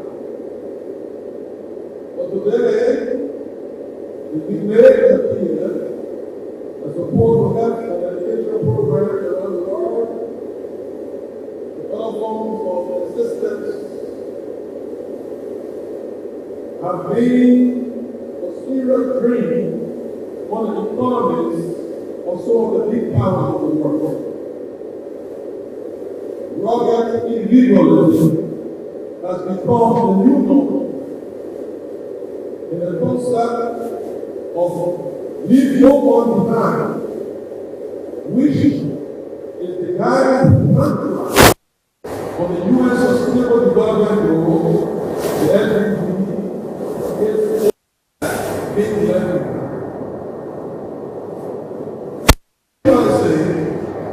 Such is time and such is the position. As strange as this new norm may appear, maybe depending on how we react to it, it will ultimately be a blessing in disguise. It will be a job we need to get us out of our relationship. It will be a fight honor our rights that will catapult the African continent to new heights of development and prosperity. But it all depends on how we respond. As the visionary told another audience, that when other schools go over us, that's precisely the time to take ourselves more seriously. That's precisely the time to stop pressing the darkness, but to light the candle. That's precisely the time to see the complex twinkle little stars in the stars, than to dwell in the darkness. And that is precisely the time for new leadership for Africa. But when I talk about new leadership Let me clarify that I don't mean new leaders of countries in Africa. I have a broader scope for the new leadership of Africa. The new leadership of Africa includes leaders of business and industries, leaders of religions and faiths, leaders of communities and civil society organizations, leaders of media, the family, etc. This broad definition of leadership incorporates every one of us who has the ability to shape the attitude and the direction of a group of people. But new leadership are not necessarily calling for the leaders of Africa to be young or below the age of 50. I'm talking about a new leadership philosophy, a new passion, a new attitude, a new approach to leadership that recognizes first and foremost we in Africa have been largely behind in the race of development. And as Martin Luther King once said, quote, he who gets behind in a race must forever stay behind or run faster than the man ahead of him. So, the new Africa years, the new leaders of Africa who are impatient with slow economic growth, impatient with the slow pace of job creation in their countries or the continent as a whole, impatient with the scourge of corruption. The new Africa years for leaders in politics, business, and media who have of Africanness worldview and a strong passion for development, not only for the individual countries or regions, but for the continent as a whole. The new leaders of Africa must be seriously troubled with the dismally low rate of intra-African trade and investment. We in Africa trade, or to some extent, are more integrated the countries out of our continent than the countries within our continent. Yes, the coming into fold of January 1, 2021 of the African Continental Free Trade Area, the AFCFTA, with the aim to foster intra-African trade by eliminating trade barriers and boosting economic integration, was a giant step forward. And the new leaders of Africa must work to quicken the pace for the actualization of the vision and objectives of the AFCFTA.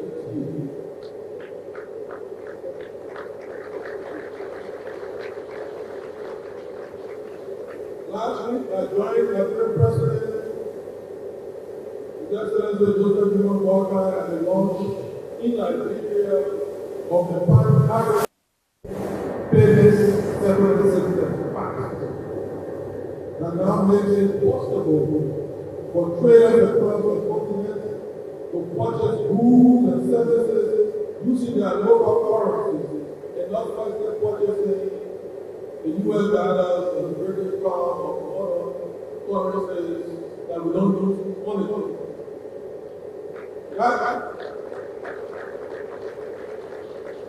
That was happening.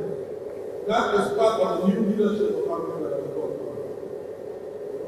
The new leadership of Africa was working to improve travel efficiency. I spent 10 hours coming from Nigeria or Monrovia to Lagos. The actual flight time is just 2 hours. So I spent, and when we spent 8 extra hours coming from beautiful life gatherings. We usually say time is money. And so when you waste time, you waste money. So by that logic, 8 hours of my time is wasted. So if you want to account for it, you know, go a pastor is an accountant. I have to have an accountant. So the accountant will give a thought of what you wasted, the amount of money that you wasted. So the new leaders of Africa must integrate the company, make sure that Africans can travel across Africa more seamlessly, more conveniently, in a short period of time. The new leaders of Africa must be committed. This is ambitious, but it's achievable. For having a single African passport, and scrapping visa restrictions for African traveling in Africa.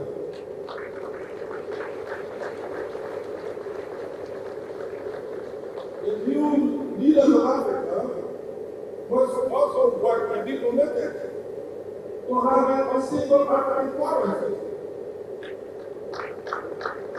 Working for a stronger political and economic union for Africa.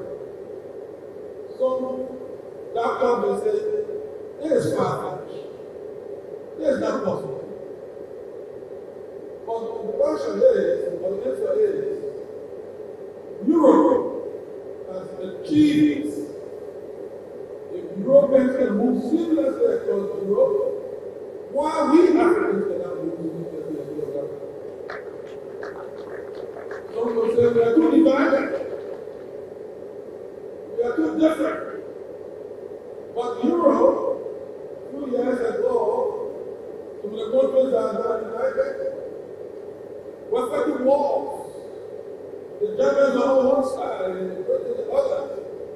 You know, they were the reason why World War II started. But in spite of that, they recognized that what unites them is stronger than what divides, and they are comfortable. So we in Africa should not be pessimistic. We shouldn't take a defeatist posture. If Europe can achieve these, we can. And if there is the time to think like that, this is the time when we are being treated by some that we've been wishing for them. Africa must be troubled, impatient, and to some extent vexed. This is the time for us to take our brothers more seriously. We in Liberia will look for trade, and I'm happy about the Minister of Finance to see our Nigerian business walking regularly in Liberia than to see other places. So we will work. When I was coming to the station, my brother Jerry saw me and said, "You look Nigerian," when he saw my dress code. But I'm African. I can look Nigerian. Let me look Ghanaian anytime. Because we are one. When I come to Nigeria, I see that I'm African. So, friends and police, this day and age, when the global powers recalibrate their priorities, is on recalibrate their priorities. This is the time that we should stand shoulder to shoulder. Turning our restored and restless youth into a fold that doesn't just survive, but thrives. Most fundamentally, new leadership of Africa means recognizing that what AA can build a hospital, through the good governance can sustain the healthcare system. While a foreign investment can construct a road, through the visionary leadership can ensure it leads to more lasting prosperity.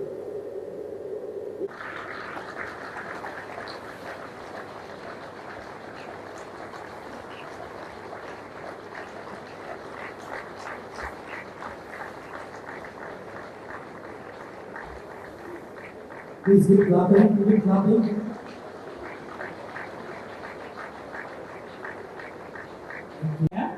And join us shortly to start the panel discussion.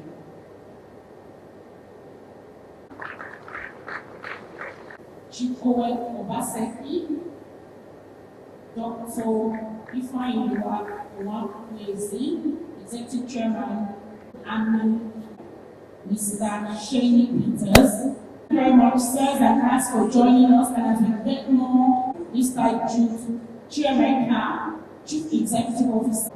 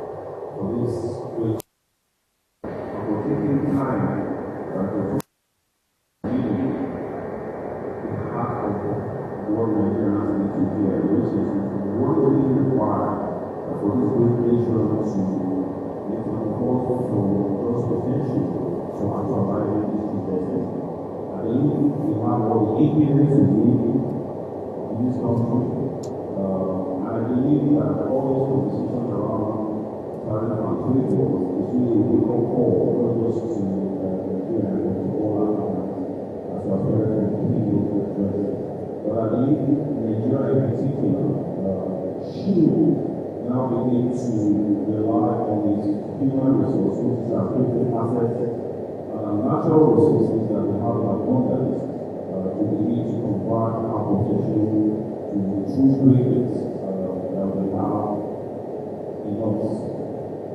And so, in terms of public prosperity, I think one of the ways we can actually drive is to have a word below capital money.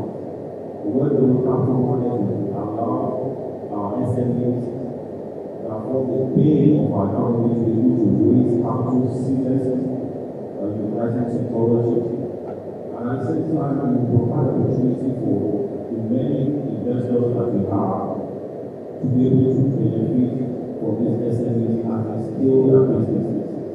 And I think that access to capital is a key ingredient that will really lead us to the prosperity that we all see.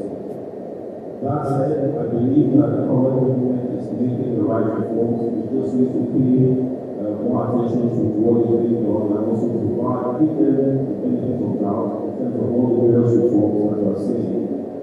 Just from a statistics point of view, before elections, the percentage of international investment in Nigeria was down to 4%. In 2023, Africa came up to 11%. That is, international investors that invest in Nigeria. Last year, Africa closed at 15%. So there's traction. And I believe that with time, all the reforms will kick in, and we can begin to see a true path, not just in democratic Nigeria, but also in prosperous Nigeria. Thank you for your time and congratulations once again.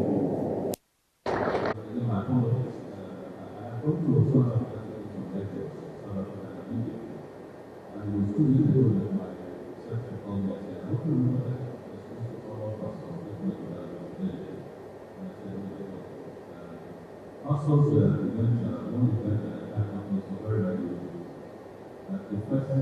is that I do recall me that there was a loss of mind. And one of the things that shocked me was that very morning, the work of the assessment that they were already completed. For me, it was the highest level of decision and commitment both the businesses and the businesses. And once I remember that, as I said, whatever happens, and then a couple of days ago, my daughter came to my family, and the hospital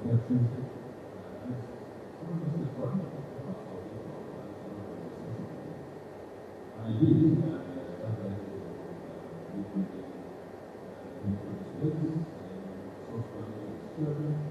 and miracles was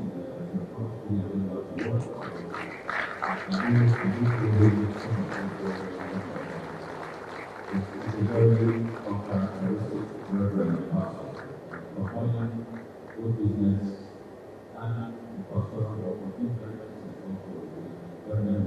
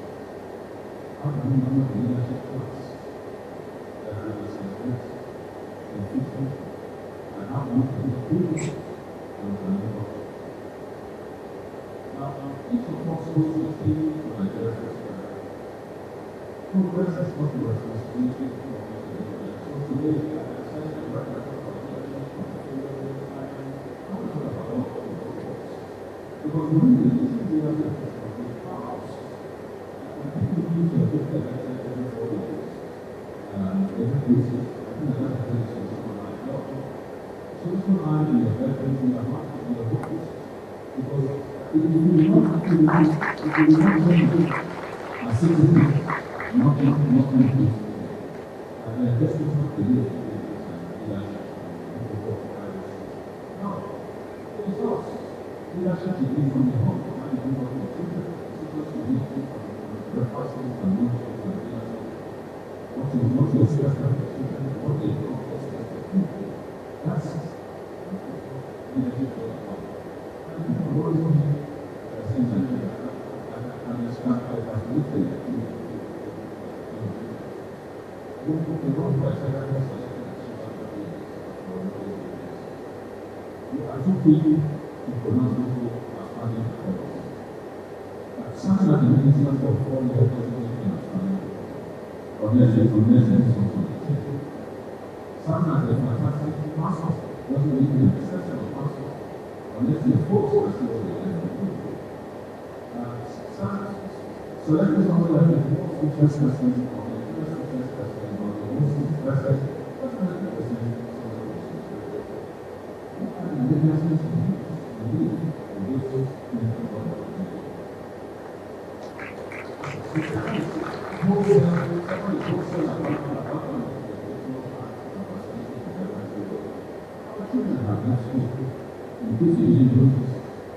if you look at the population of those who are sending the church pastors, whatever it is population, men are about 70% of the pastors.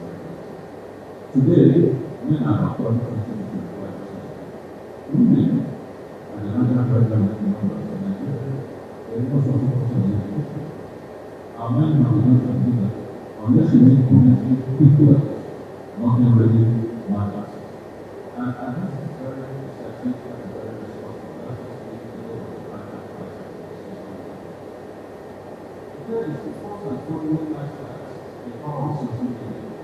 Not investing in infrastructure. Because people are living false, fake lifestyles. I'm not explaining the source of the and we are busy encouraging them by praising them, whatever it is in national law. You can say this is national law, those who have the exercise of the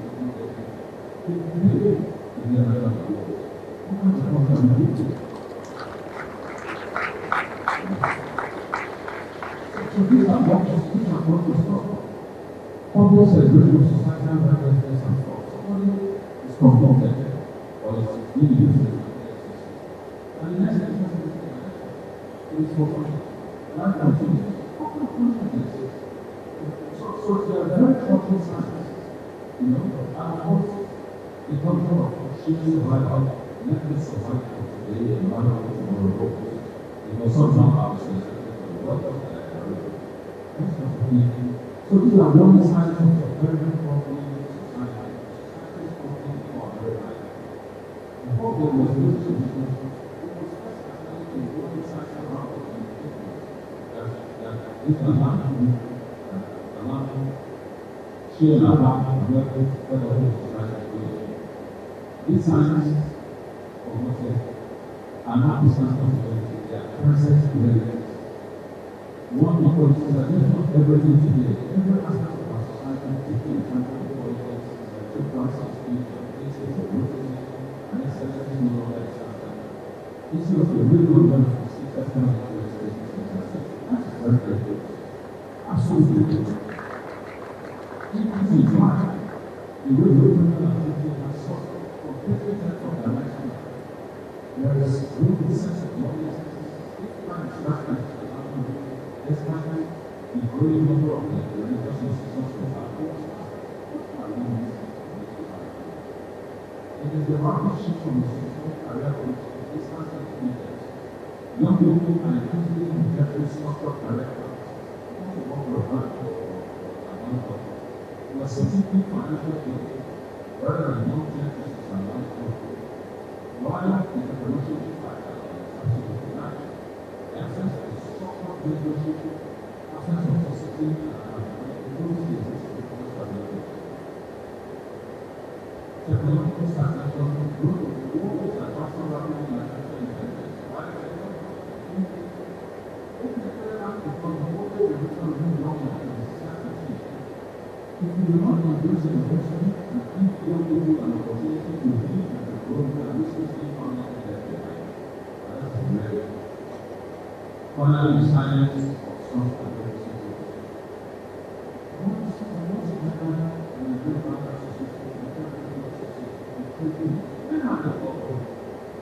Once upon a time, organized group, the Labor Union Association asked to have leaders accountable. Today, the process are moving. Either cooperative science, the result of it is a society of living with this power that is and the celebration of new families to analyze some standard achievements instead of only the Center for Basic Functionality and Rule is liquid and resource market. Electricity comes on for a few hours on the it's mindset things our vision and our comfort because what you do means very much. And religion can be to live from the company's even religion, you must ask people of us. Have we remained true to the confines of faith, and command, or have we found religion to effective for not and given us some of the biggest questions in the world, from every school, massive conservation, feeding of children, everything, yet paradoxically, we also have one of the highest crime rates, rising corruption, and moral faith. It's only wrong. Are our children truly building our faith, or are they building their assessment bias? Are we practicing religion and abuse of spiritual and moral values, or have we turned it into a truthful social structure? If faith is meant to transform lives, why do we see so little evidence of it in our daily lives? Unless we address these fundamentals in society and focus on our individual contributions to national freedom and faith and focus, we will not be in new Nigeria and therefore all the things of national prosperity will somehow elude us. And so today, I would like to bring the focus of all you and me, individually and collectively. Because we are not going to do Nigeria by beginning to repeat ourselves. The work must start from you and I. Here is how I think we as individuals. That's essentially our work. Whether you have a teacher, a businessman, a trainer, or an engineer, strive excellence. A nation is only as strong as the collective output of the citizens. The discipline, innovation, intelligence, and everyone will create the foundation for that success. If you are driven by God, you take on for God, you so. It was better for God. It is time for us to set standards. We are not joking of our problems and demand more of ourselves in our workplaces. We must foster a culture of diligence and responsibility. We must stop doing what we must stop seeing what as merely a means of survival and start living as a contribution to national progress. Every job done with excellence adds value to the system. The nations we are gathered today did not become great by accident. And we look like people who will be successful in the future. Second, they can not be productive. It's not the whole opportunity. That's what's good. We must embrace it, invest in and support small businesses and government initiatives. In doing so, we empower not just ourselves, but those around us. Nutrition and employment entrepreneurship is not just about making money. It is about solving problems, providing value, and building a sustainable economic ecosystem. Today, this economy has made it possible to start small-scale businesses with minimal resources. The internet, digital marketing, e-commerce, platforms, YouTube, and available playing. Young people in particular must be encouraged to take risks and explore their creative potential. Government and financial institutions must also make funding and support systems more accessible to the population. Thirdly, mentorship and leadership. Because professional trials on knowledge, those who have succeeded must guide and mentor the next generation. While investing in education and skills,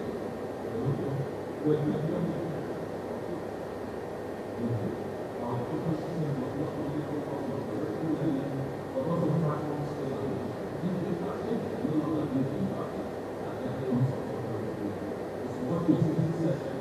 what you got on the planet, that's the way you need more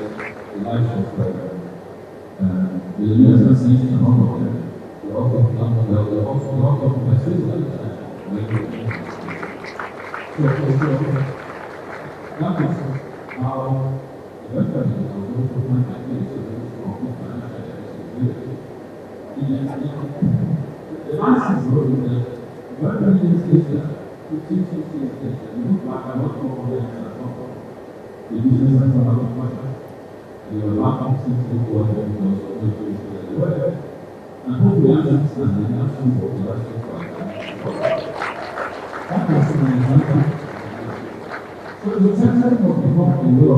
establish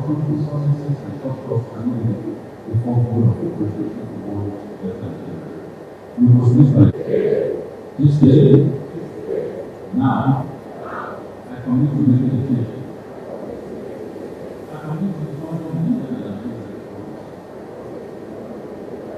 and that relationship is not from my own. From my own acts, from my own decisions, from my own teachings. And you must understand that at the end of the day, we you are actually champions of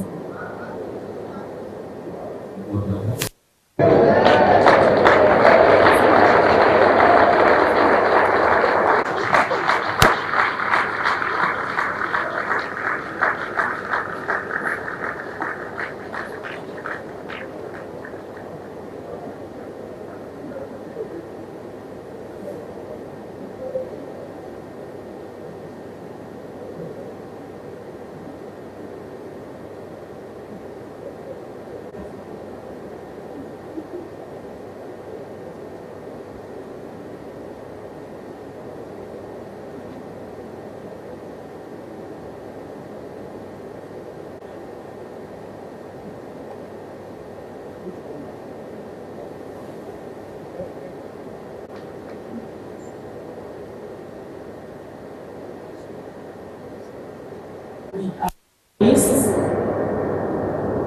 Many people often consider prosperity in financial terms. What is your definition of prosperity, and what are the other dimensions to consider, if any, in the Nigerian context? And I'll take the woman first, the only woman in Canada.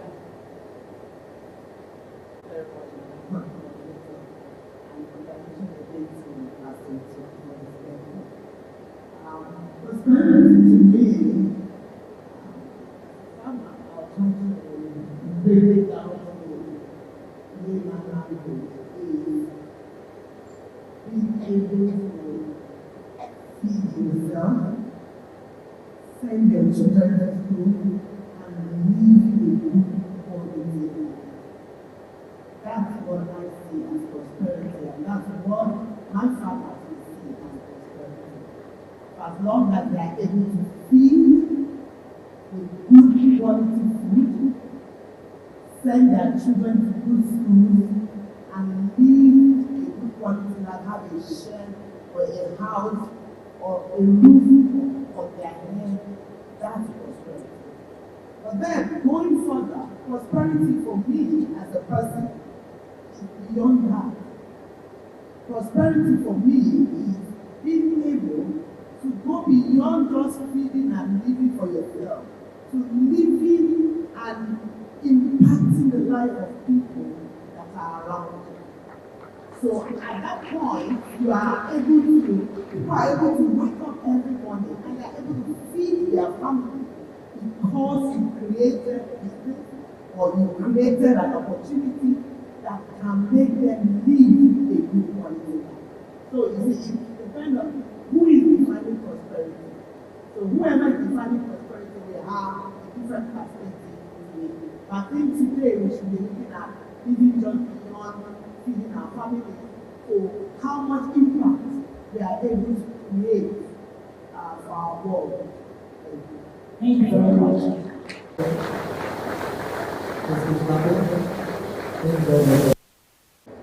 I also extend my regards to each one of you. Just before I chime in, I just want to mention that I had a very personal encounter with your wife a couple of weeks before she passed, a couple of months. I happened to facilitate the session for her in the Lagos Business School. And just after that session, we had a very long conversation about her business. And she shared with me something that stayed with me till today. And it's a significant lesson for a lot of it. She told me about allocation, where she had taken on the job to decorate a center for some major event, and that the cost of that project ran to several millions. And just before the event, a couple of days or weeks, the entire thing collapsed, and she couldn't go back to the celebrant to discuss this issue. She used her money to sort of bring it back. And then, in fact, she shared a video of before and after. And that was for me a truly significant lesson. I just wanted to share that because that conversation has stayed with me up until today. Let me chime in on the issue of what is prosperity. I think in holistic faith, prosperity is about well-being and hope. And I would like to say that, in a sense, Nigeria is a really prosperous nation. However, that prosperity is limited to just a few people. The kind of prosperity that we desire, and I think we're having this conversation about today, is the inclusive version of prosperity. The shared prosperity that cuts across everybody else, that includes all, that doesn't exclude all.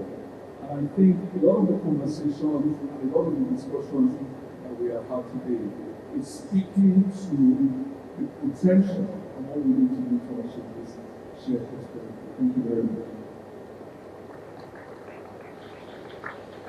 Please, let's clap for the panelists for giving us some very insightful points. Professor Chukwu, and I also want the Honorable Minister to also answer this question. Africa has a large young population, young fast-growing population, and also very high rate of unemployment. In the course of Professor Chukwu's address, he talked about empowerment, jobs, and how that can lead to prosperity. So my question is, what policies would you recommend, because it would be very high from the officials, what policies would you recommend that invented by African governments to improve local engagement and empowerment towards individual and collective prosperity.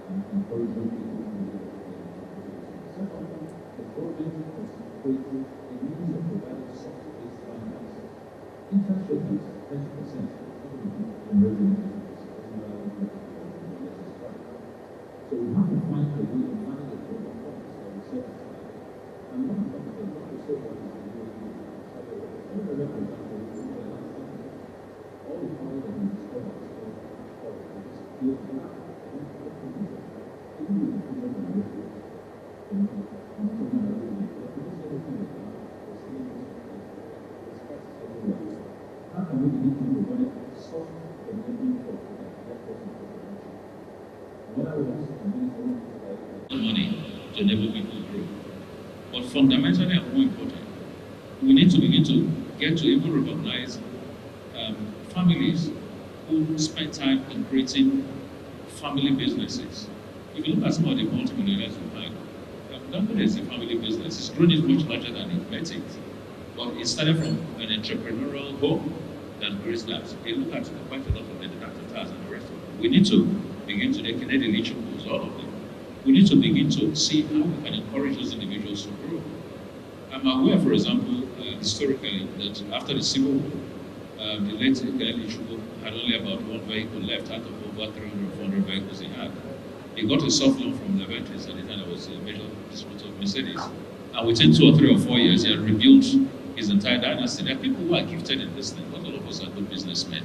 So we need to begin to see how we empower those individuals and businesses. So that's some of the policies: soft money, good principles, good recognition, and making sure that we do not cut corners. You don't set up a manufacturing center and somebody brings in fake parts and overwhelms you the very next day and the government supports it. No, we have to clamp down on those. That's exactly what Donald Trump is doing today in America, as sad as it may be. So we need to begin to do that. Thank you. Thank you very much. Economic prosperity through reduction in domestic investment, increase in unemployment, and macroeconomic instability. What's the role of the government and other stakeholders in minimizing capital flight in Nigeria? Very deeply absent. But that is fine, because in our generation, the kind of education we had is such that we can always think on our feet. And I happen to have worked in different stratas of the society. I've been in the public sector, I've been in the private sector. I'm a lawyer by training. I worked in the National Planning Commission with Chief Philip Asiodu as an aide And of course, you know, that is the engine room for the economic coordination of the country. So really, when you talk about JAPA, which is what you're talking about, the question is, why are young children leaving? Are we providing them with enough jobs? Are we providing the environment for them to thrive? Like we know now, all people need these days is just this mobile phone, and the office is complete. They need nothing else. You'll be so surprised with what these young people do with the mobile phone. They are making millions of, you know, people like us cannot even fathom how they do it. But the truth is that we are quick to blame the leadership in Nigeria about all our problems. Like I said, I've been in leadership positions as well. What about the followership? And like the former minister said, what happened to our ethics, the ethos of the country when we were all growing up as young people? Those of us that grew up in Nigeria in the 70s and the 80s, we remember how we grew up. The family was the bastion of the whole society. Everybody, all your friends' parents were your parents and all of that. We haven't been able to, you know, somehow Yahooism and all these things have taken over the country, this get-rich-quick syndrome. And we just haven't been able to keep our society going. That's the biggest problem I see. How we can make that turn around and prepare our country to what it used to be. After all, they will tell you that we used to be at the same development indices with Singapore, with South Korea, and all these Asian tigers. Even then, I think Dubai was just a wasteland, you know, in the early 60s and all of that. But what happened to us? We just seem to be regressing while these people were making progress. And I think it's just, of course, the leadership is a big problem. But for us to be able to keep our youth in Nigeria, we must definitely give them an enabling environment that they can thrive in, that they can survive, and that they can excel. And somehow or the other, we have lost all of that. How we are going to recreate that is going to be up to us and the youths themselves, because they have a part to play. They also have to seize the initiative, because wherever they go, and many of them are finding the hard way, that even when they go out there, it's not that easy.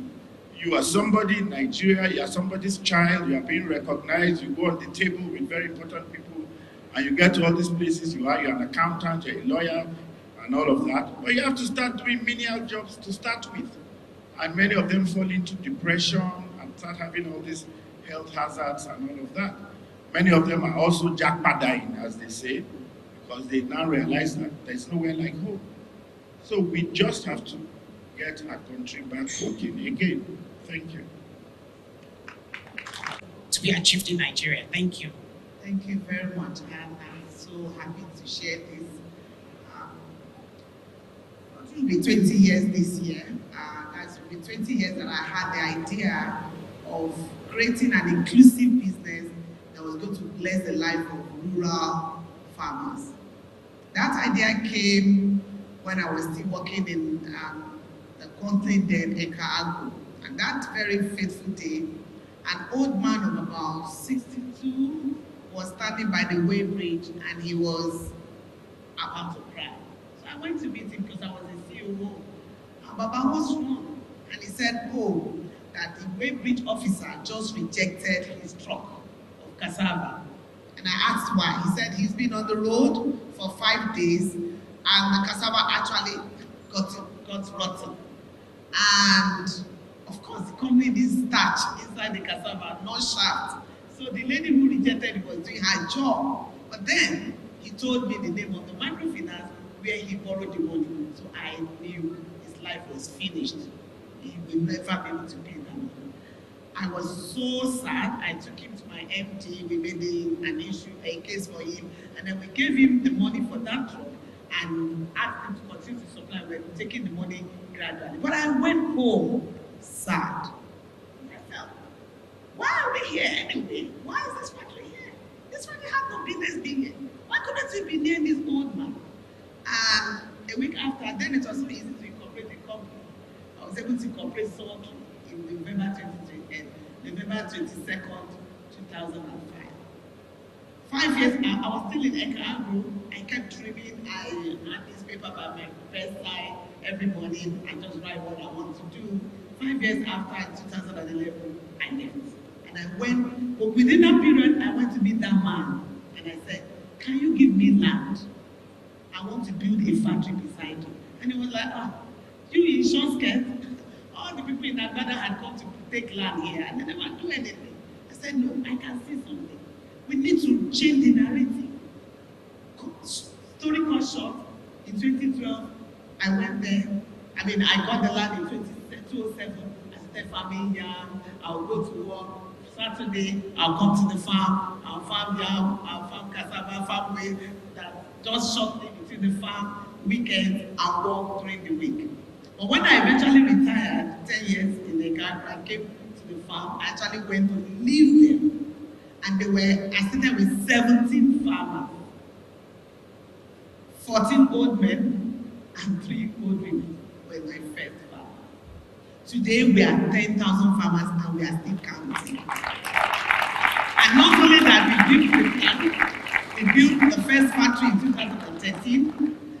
By 2015, we built the second plant. We were increasing the number of farmers as we were building.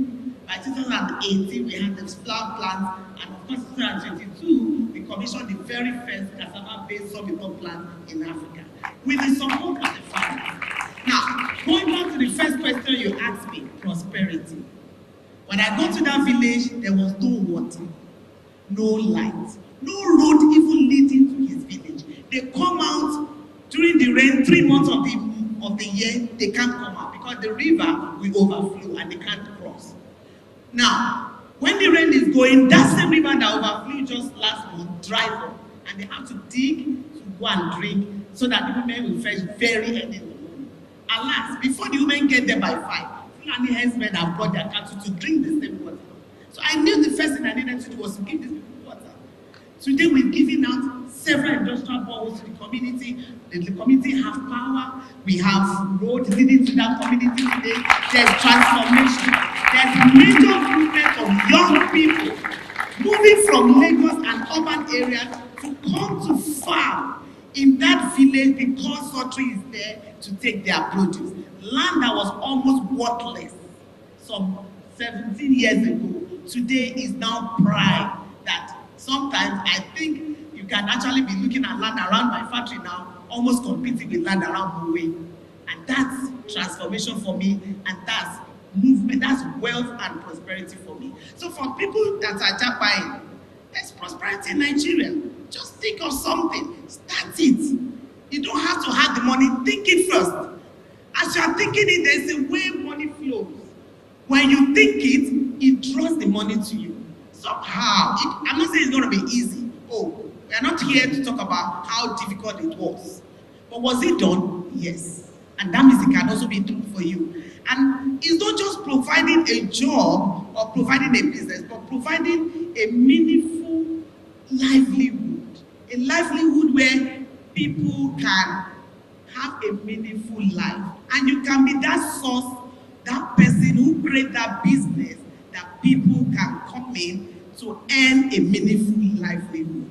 It's a whole lot of story, but I just tried to short it and cut it short. Thank you very much. About 3,000 now, and their job is basically catch them young, provide all that they need, all the scholarships, no financial drains, and those unit schools have metamorphosed into what India has become today.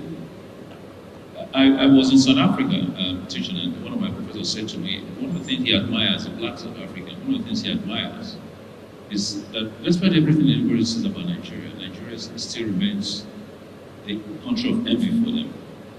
Because Nigeria is somewhere you can't bring an expatriate and say it's going to take you over. We'd rather hire them. They don't dictate to us. We're probably the only African country that's been able to get independence in the real sense of the word, because of the natural aggressiveness. And he said, is it in the pepper and the food that you eat? Because the spice in your food is almost excessive, so your brains are hot. And And so when they come to South Africa, they take over, they go to America, they take over, they go to that. Everywhere you go to, you find Nigerians take over. So I think what we need to do is to harness the Japa philosophy. For those who go out, how do we make them ambassadors of the country in such a way that, I mean, through Buhari's time, we were repatriating quite a lot of money in terms of FX inflow. But different from that, they've got to become ambassadors of the country and sell us well. If they sell us well, then countries want to have them, rather than countries wanting to change them away. And there will be the independent national policemen for Nigerians who misbehave abroad. They'll say this is not us, so we need to harness that properly. But fundamentally, for us to do that, it goes back again to the upbringing. If you bring them up well, they're going to go back out there and do the right things. In 1982, when I finished my doctorate at Harvard, I was offered American citizenships on the plateau of good. I said that was an insult. Because at that time, the dollar to the naira rates, I think it was about 80 kobo was equivalent of $1. So how can anybody offer me citizenship of a country where I was richer than? That's how rich Nigeria was. And not too long before then, we borrowed about 20 billion pounds to UAE when they ran out of money for development. Now look back 30, 40 years after what has happened to UAE versus what's happened to us.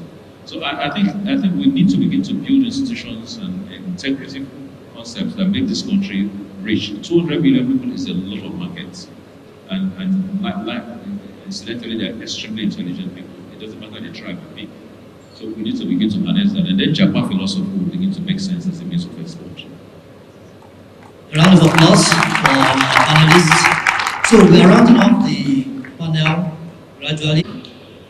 And we've also heard that technology can be a key driver to growth and transformation and the path to prosperity. Can you just give us some insights into how you think technology can play, what role do you think technology can play in driving growth and development across Nigeria and across Africa? All right, I just want to chime in a bit. I'm not going to take too long on that. To sort of echo conversations that we had at the podium, to say that for us to really harness the potential of Nigerians and the youths, the bridge between potential and prosperity is productivity. And I want to connect this to the question you've asked me. I'm one of those who say that one of the crucial things we say when we talk about Nigerian potential is the fact that we have a vibrant, young, and energetic population and all of that. This population has shown us that the digital platforms are a veritable source of value creation. And one of the things I want to say here, because you don't get a forum like this very often, is that once government is out of the way of Nigerians, Nigerians do great things. And one of the spaces where government's reach isn't as long as it is in the digital space. You can see what Nigerians are doing in entertainment. All of this rides on the digital space. You can see what Nigerians are doing in the fin sector, financial services sector. All of this is riding on the digital space. You can see how Nigerians are leveraging digital platforms to make enormous wealth. So I think our thriving population of young, brilliant, and energetic people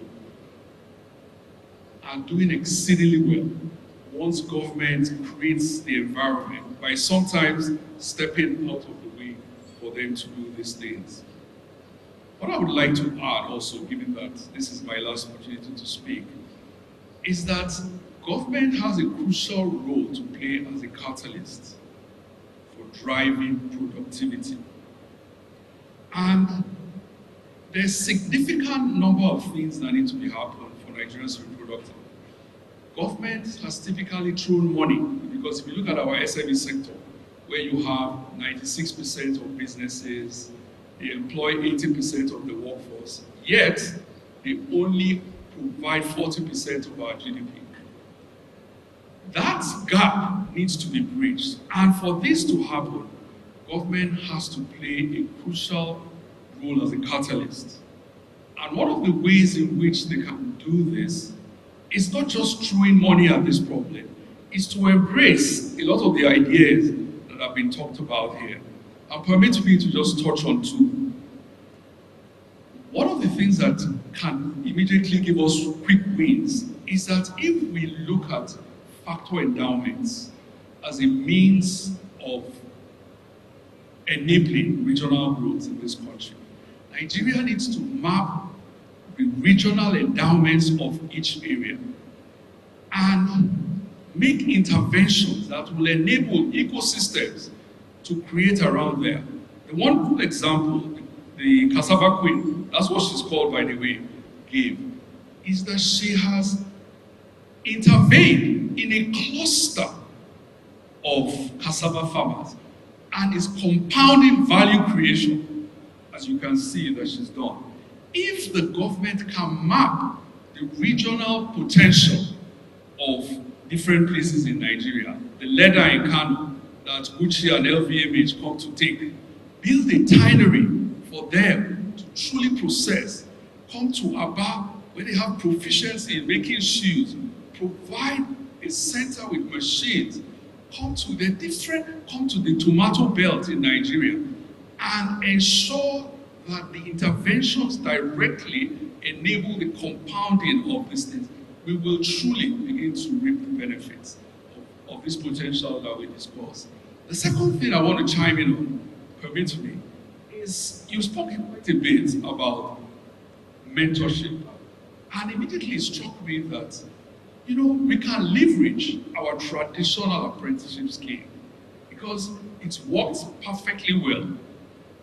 The Southwest has a perfect trade apprenticeship scheme that's sort of been abandoned.